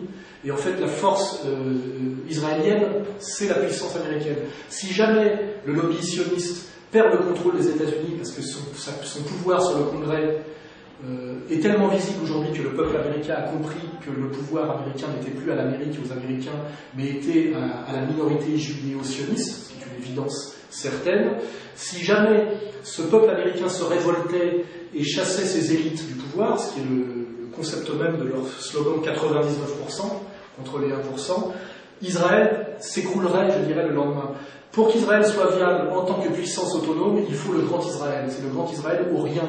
Ce qui veut dire que le projet sioniste honnête, qui est porté d'ailleurs par la droite israélienne, et c'est pour ça que je la respecte plus que la gauche israélienne, ce n'est surtout pas le partage de deux États, on a bien vu qu'ils étaient contre, même si c'était symboliquement sur un timbre-poste, mais c'est le grand Israël. Le grand Israël qui est sur la pièce de la shekel, au nom du projet biblique. C'est-à-dire que c'est bien un projet théologico-militaire, Israël, rien d'autre. Ça n'a jamais été un projet socialiste, il y a un projet laïque, ça a été vendu pour les couillons, ça n'a jamais été le cas, c'est un projet religieux de A à Z, religieux et bancaire, et c'est la même chose. Voilà. Le religieux passe par le bancaire, et le bancaire passe par le religieux, comme le dit très bien Lloyd Blankstein, le patron de Goldman Sachs, et comme d'ailleurs c'est rappelé par tous les exégètes honnêtes qui ont pu faire un travail critique jusqu'à l'aube du XXe siècle. Après ça n'a plus été possible, il suffit de lire la question juive de Marx pour comprendre le lien qu'il y a entre le judaïsme et l'or, et l'argent. Voilà. Donc on voit bien aujourd'hui que le jeu, c'est qu'est-ce qui va se passer aux États-Unis demain? Est-ce que le peuple américain va chasser ses élites du pouvoir? Et ces élites, ça sera chasser Wall Street, ceux qui tiennent la réserve fédérale américaine, et ceux qui ont gangréné progressivement le projet américain et l'Amérique des pères fondateurs. C'est une clé décisive. Autre clé importante, est-ce que la Russie, incarnée par Poutine, qui est le seul contre-empire d'échelle suffisante pour oser s'opposer à l'empire, va se maintenir et maintenir sa position, incarnée par Poutine, de résistance à l'empire?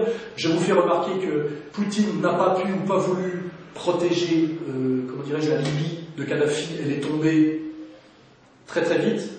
En revanche, la Russie dit non à la mise au pas, à la destruction de la Syrie, et pour l'instant, la Syrie tient. Donc en réalité, il y a cette clé, est-ce que l'Empire va s'écrouler là où il tient son pouvoir, comme un asticot dans un fromage, je l'ai dit, ou un coucou dans le nid d'un autre oiseau, c'est-à-dire en Amérique, c'est ce qu'il faut regarder dans les temps à venir.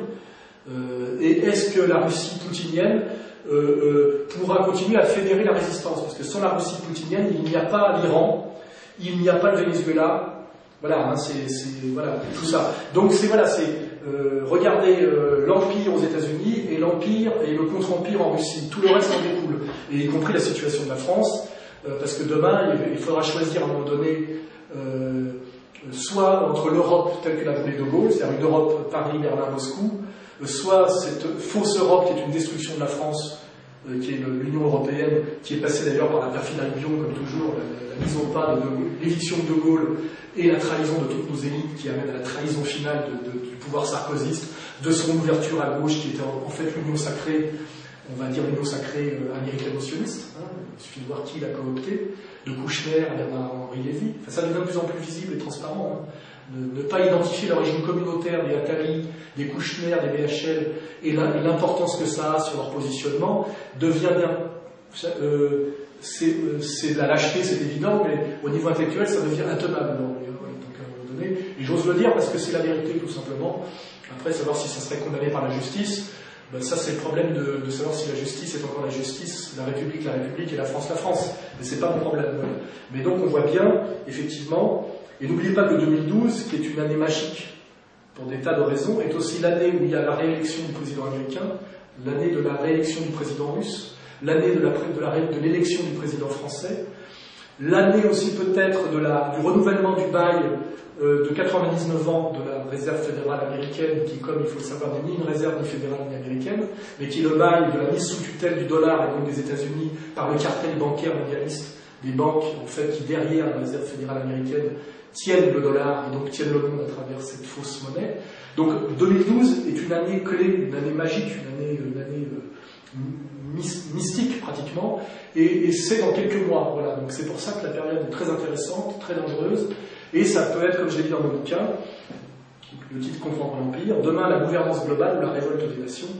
Alors évidemment, le bémol que j'aimerais, c'est que ça peut être aussi la gouvernance globale par la révolte des nations manipulées, ce qui fait que finalement on passe de petits potentats locaux comme en Tunisie et en Égypte à finalement des technogestionnaires d'une chaîne globale, et finalement le peuple s'est fait voler sa révolution, et finalement on a remplacé un petit dictateur local qui était un voyou par un technogestionnaire de la voyoucratie mondialiste, c'est-à-dire on change d'échelle, et c'est ça le danger de la Tunisie et de l'Égypte de demain, c'est de savoir si on va remplacer des Ben Ali par des technogestionnaires formés en Angleterre, aux États-Unis, et qui sont arrêtés des cadres du FMI, et pour cacher qu'ils sont des cadres du FMI, effectivement, donne un petit peu de charia, c'est-à-dire un petit peu de babouche et un petit peu de djellaba et un petit peu de foulard, pour calmer la colère populaire et le désir de fierté populaire qui est sur deux trucs très identitaires, très forts dans le monde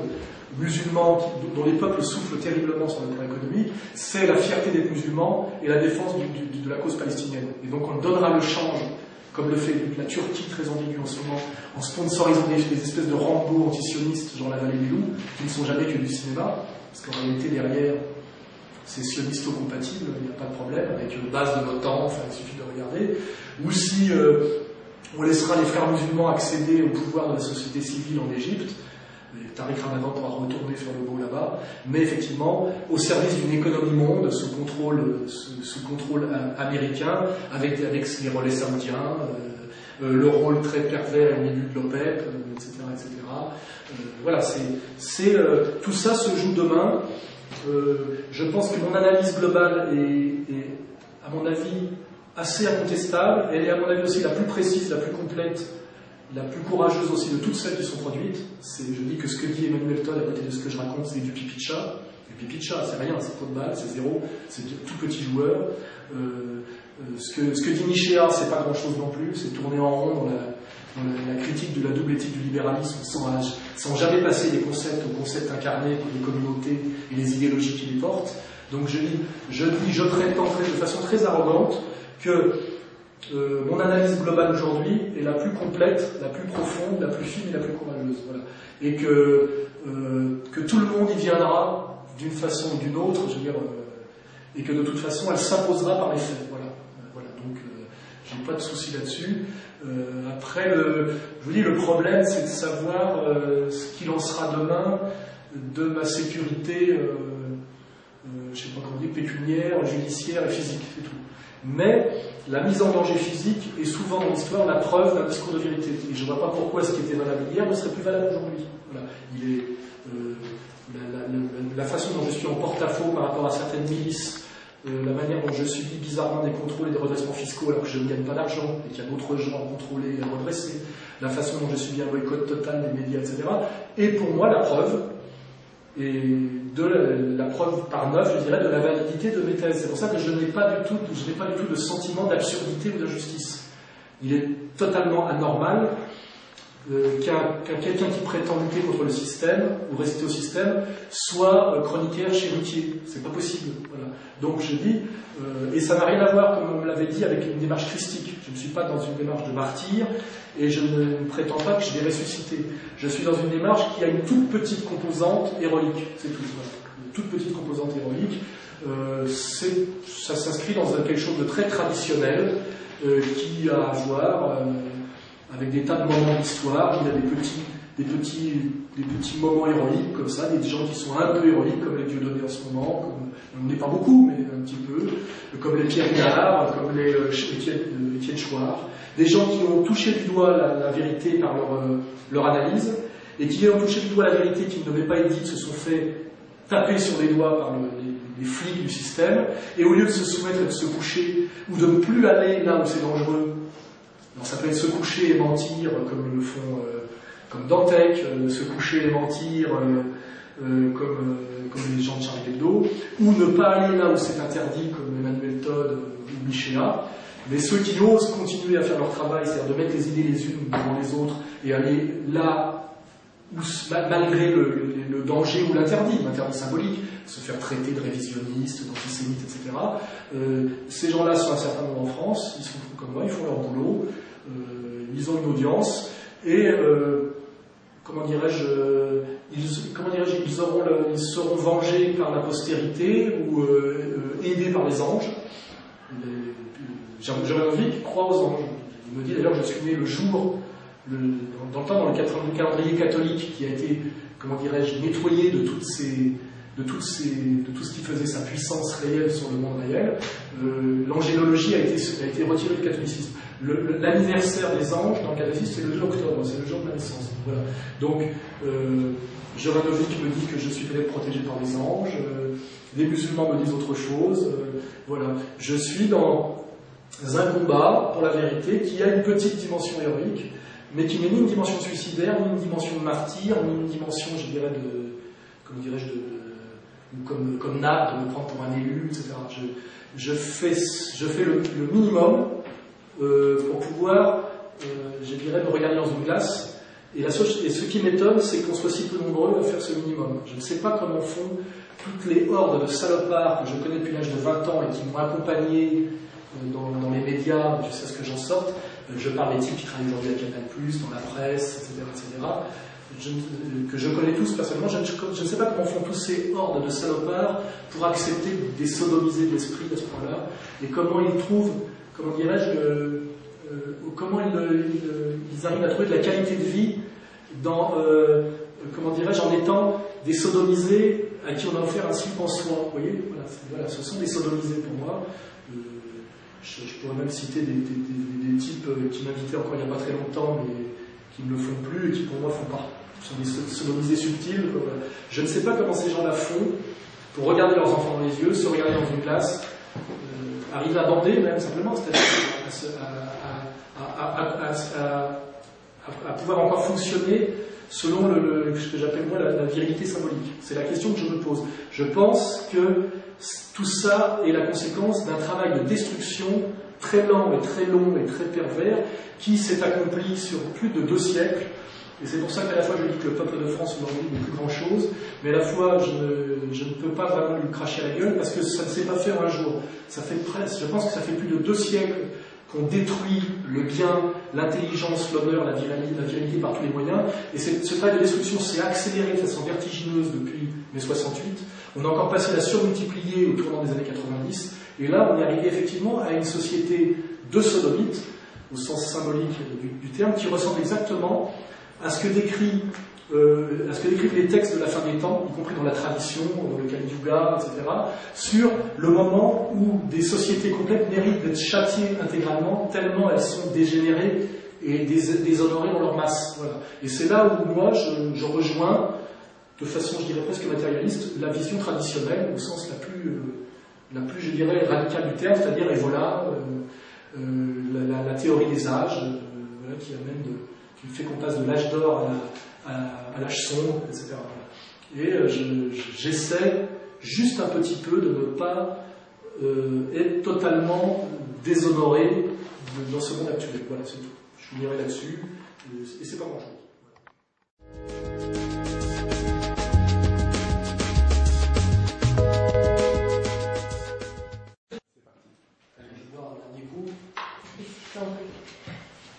Quel a été le déclencheur, l'élément ou l'événement qui vous a ouvert les yeux? Donc, on va passer un peu dans le passé, sur les mensonges mondialistes. C'est un processus progressif avec ce qu'on appelle le saut qualitatif. Par le fait que moi je suis un déclassé, déjà, c'est-à-dire un type qui a un pied dans la bourgeoisie, et la bourgeoisie des livres, et un pied dans le monde, je dirais presque le sous-prolétariat, c'est-à-dire le monde de la survie. Je suis un type qui a pu, pour des raisons de survie, intégrer ce que j'appelle l'univers du culturo-mondain, notamment dans toutes les années 80. J'ai travaillé dans le journalisme, j'ai travaillé dans le cinéma, j'ai travaillé dans l'art contemporain. C'est-à-dire que j'ai un parcours qui fait que j'ai pénétré des domaines, des secteurs qui sont les secteurs clés de la domination symbolique, et que j'ai vu à chaque fois une surreprésentation communautaire, des mensonges, des gens mis de côté pour leur capacité, leur talent, leur fidélité à des idées. C'est-à-dire que j'ai vu, quand je dis le diable existe parce que j'ai vu, bien sûr, j'ai vu tout ça tout simplement. J'ai été journaliste, j'ai eu la carte de presse, j'ai vu comment les pro-palestiniens et les mecs qui n'étaient pas soumis au sionisme étaient systématiquement virés. J'ai vu comment dans des soirées, que ce soit les jeudis du seuil, des soirées Gallimard, le mot centre rachi, juif revenait systématiquement. Les gens ne se cachaient même pas pour te dire... même devant moi, c'est-à-dire, voilà, nous avons pris le pouvoir, c'était en gros explicite et clair, et après tu avais le droit d'être là comme exactement un manant face à une nouvelle aristocratie. J'ai vu tout ça, j'ai vu ça dans le milieu du cinéma, j'ai vu la destruction du Parti communiste de l'intérieur, puisque j'y étais par les trotskistes.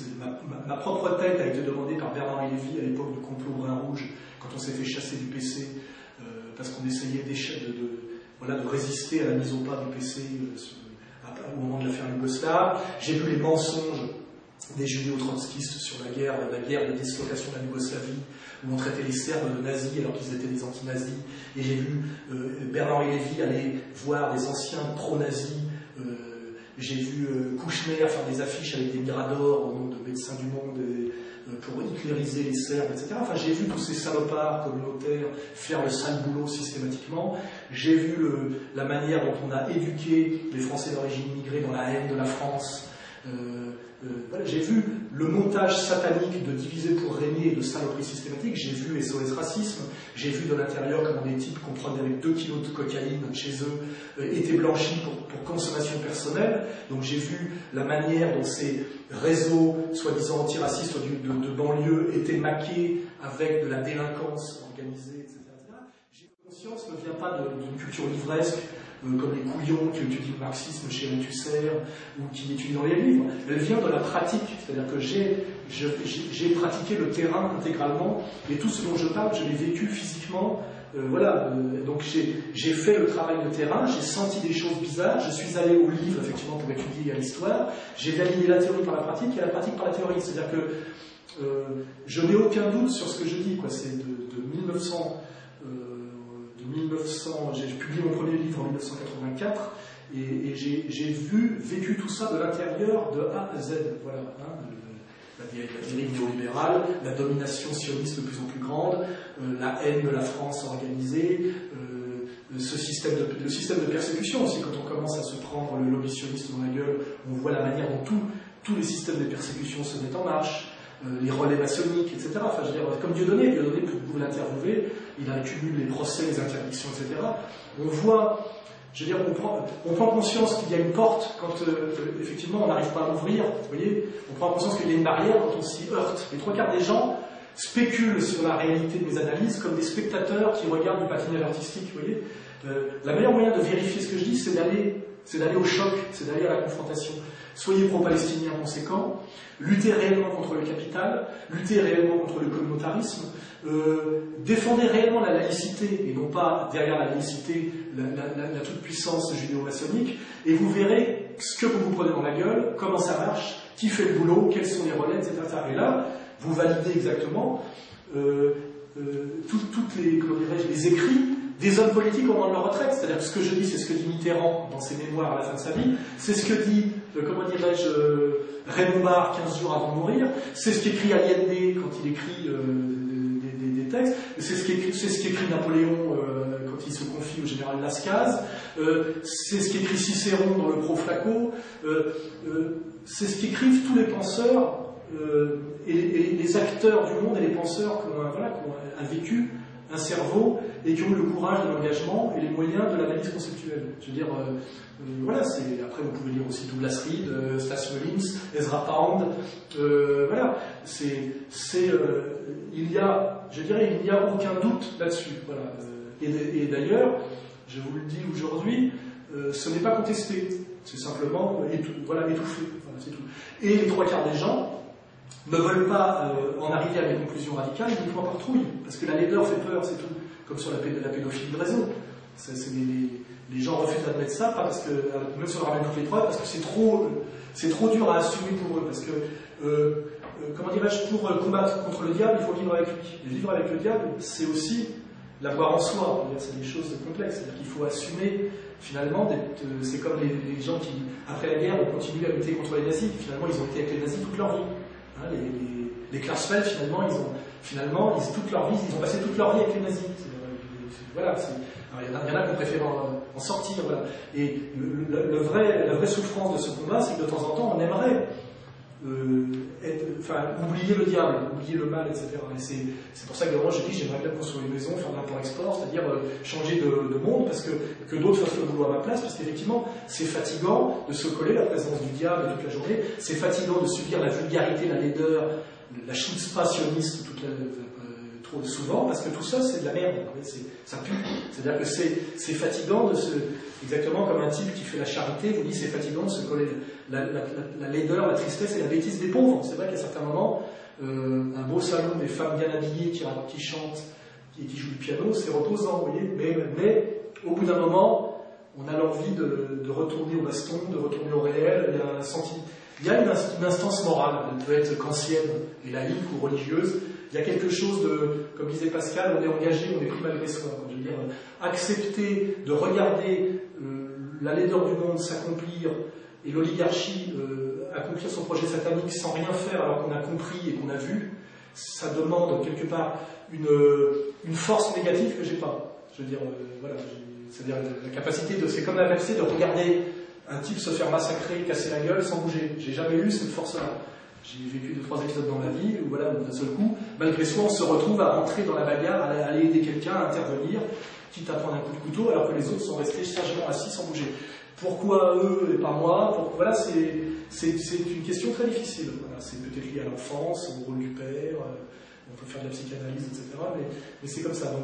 Donc pour revenir sur le truc, je n'ai aucun doute sur ce que j'avance parce que je l'ai vécu de A à Z et que ça a été validé par tout ce que j'ai vécu. Après, la question de savoir, c'est pourquoi ceux qui ont vécu la même chose que moi, parce que tous les gens de l'élite dont je vous parle connaissent aussi bien que moi le problème. Simplement, ils ont choisi de se taire et de collaborer, c'est tout. Ou de rester en dehors du coup. Hein. En général, quand on est dans le monde médiatico, ce qu'on appelle le monde culture mondial, on collabore. Ce sont tous des collaborateurs, ça c'est clair. Et pourquoi moi je n'arrive pas à collaborer alors qu'on me l'a proposé souvent, et pourquoi eux y arrivent, c'est la question ultime. Voilà, c'est la question ultime. J'ai pas de réponse.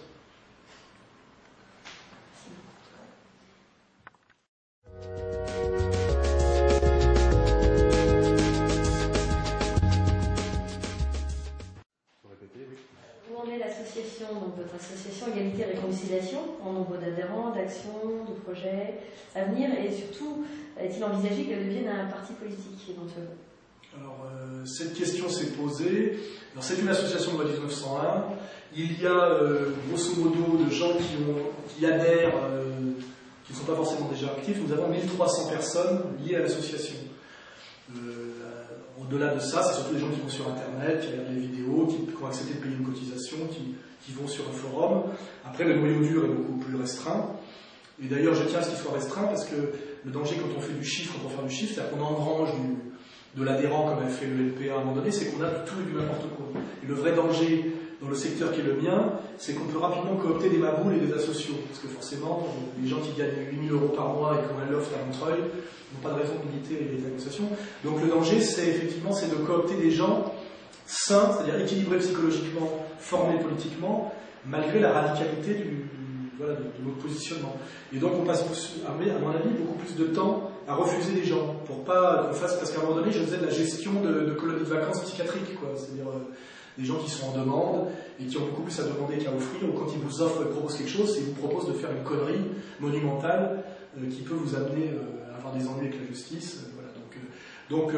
Ce qui veut dire qu'on n'a pas du tout envie d'être un parti politique, parce que si aujourd'hui je faisais l'égalité et réconciliation un parti politique, c'est ce que voulait l'ancien secrétaire général que j'ai viré, parce que lui il voulait manger là-dessus, parce que ça veut dire on propose à des gens d'être candidats, sans leur dire qu'on fout leur vie en l'air, parce que dès lors que vous êtes candidat pour un mouvement catégorie extrémiste, vos enfants se font insulter à l'école, on vous creve votre bagnole, vous perdez votre travail, etc. Ça, il faut le savoir. Donc je ne pousse pas des gens à être militants à visage découvert, parce que c'est dangereux, et que c'est socialement très pénalisant.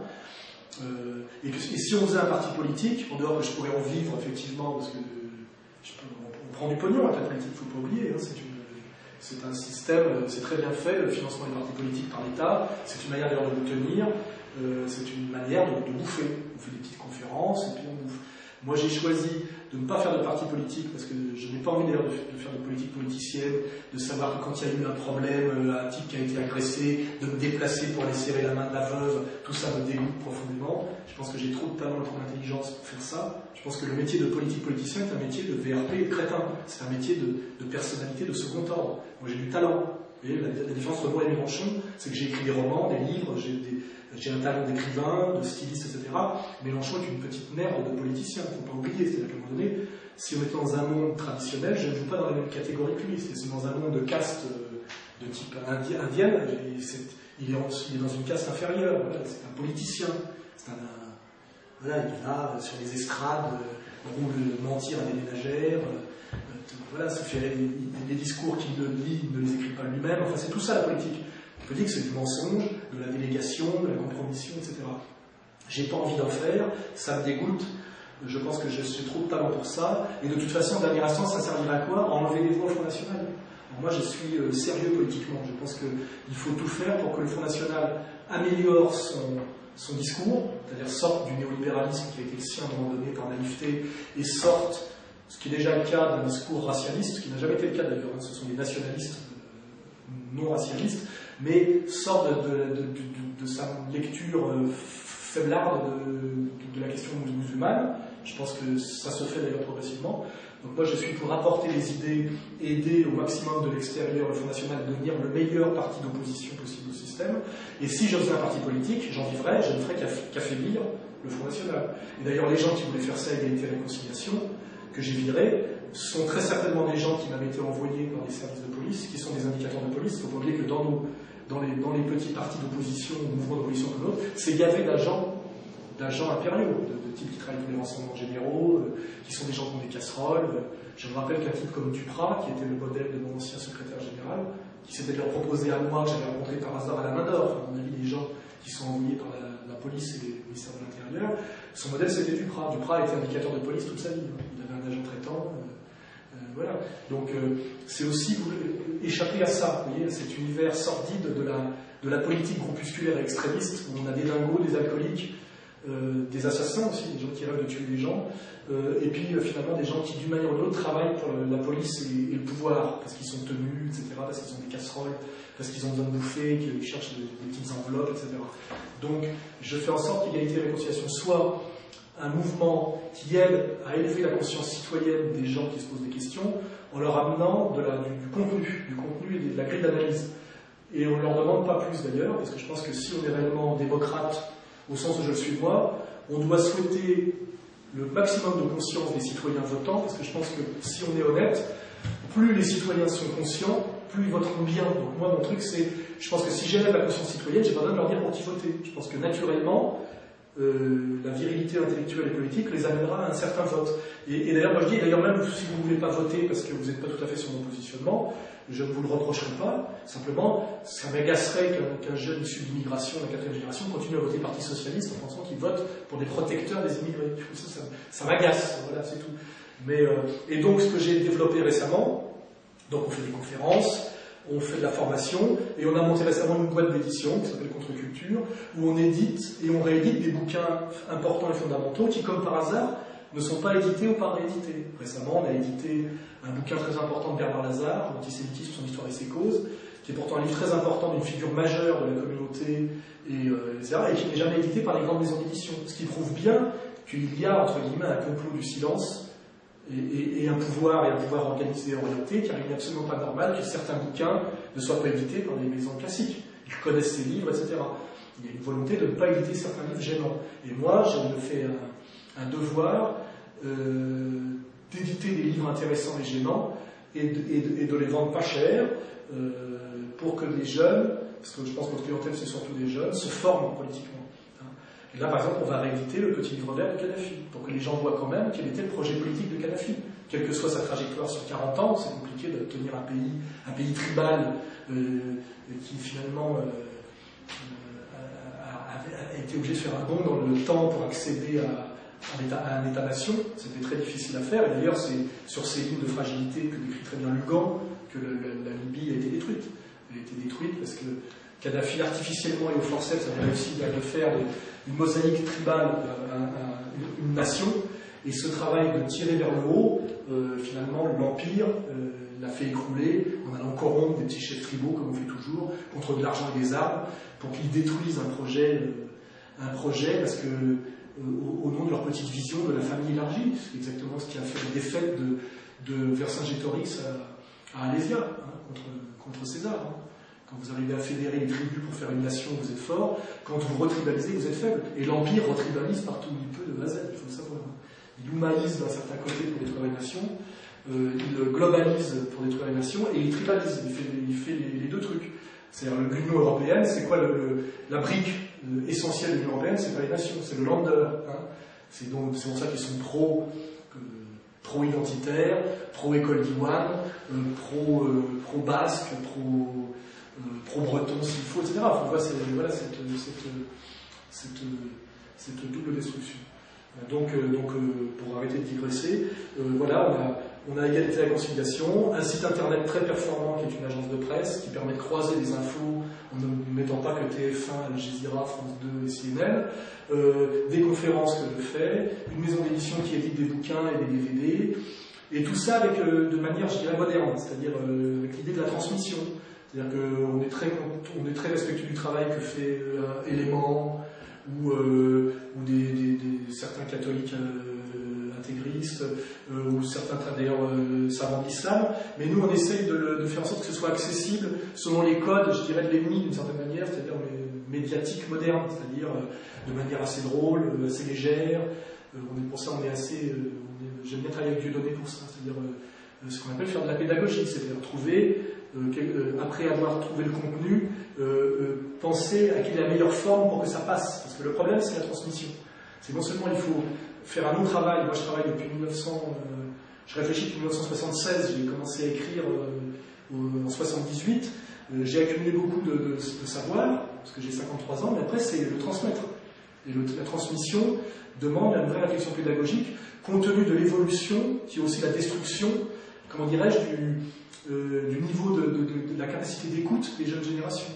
On est face à des jeunes, certains ont de très grande qualité, les meilleurs, c'est-à-dire souvent ceux qui sont issus de familles traditionnelles. C'est pour ça que je suis très content avec des musulmans, parce qu'en général, ils viennent de milieux structurés comme était la famille française des années 60, ce qui fait qu'ils sont souvent les plus aptes à l'écoute, au respect du maître, etc., à la formation.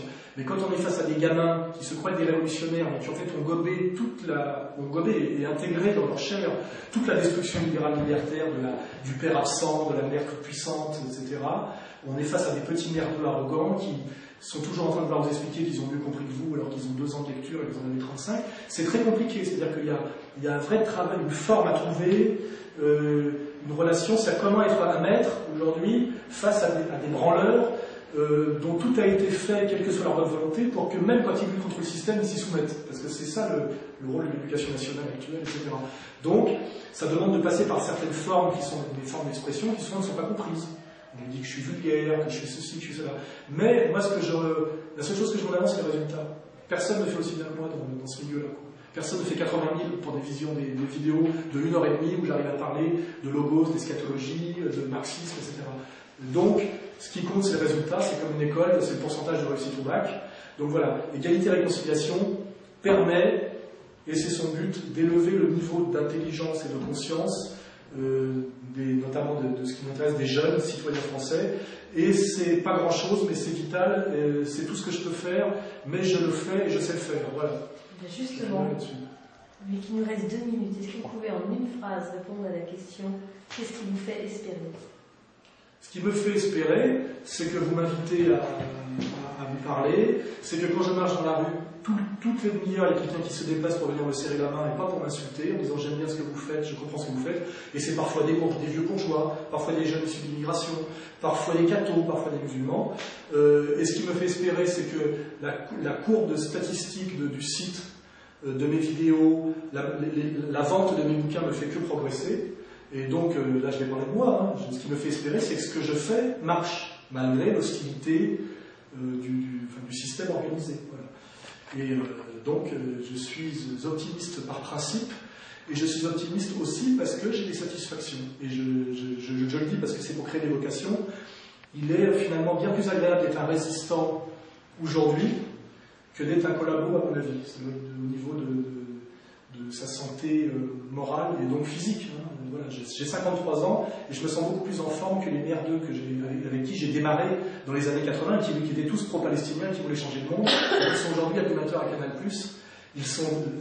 Leurs femmes les ont quittés, elles ont divorcé, ils payent des pensions, ils sont dépressifs, ils n'arrivent plus à bander, ils sont sous cocaïne, je ne cite pas de nom, mais je les connais tous. Et ce sont tous des épaves, quand on creuse, qu'on va dans leur intimité. Alors que moi je suis en pleine forme.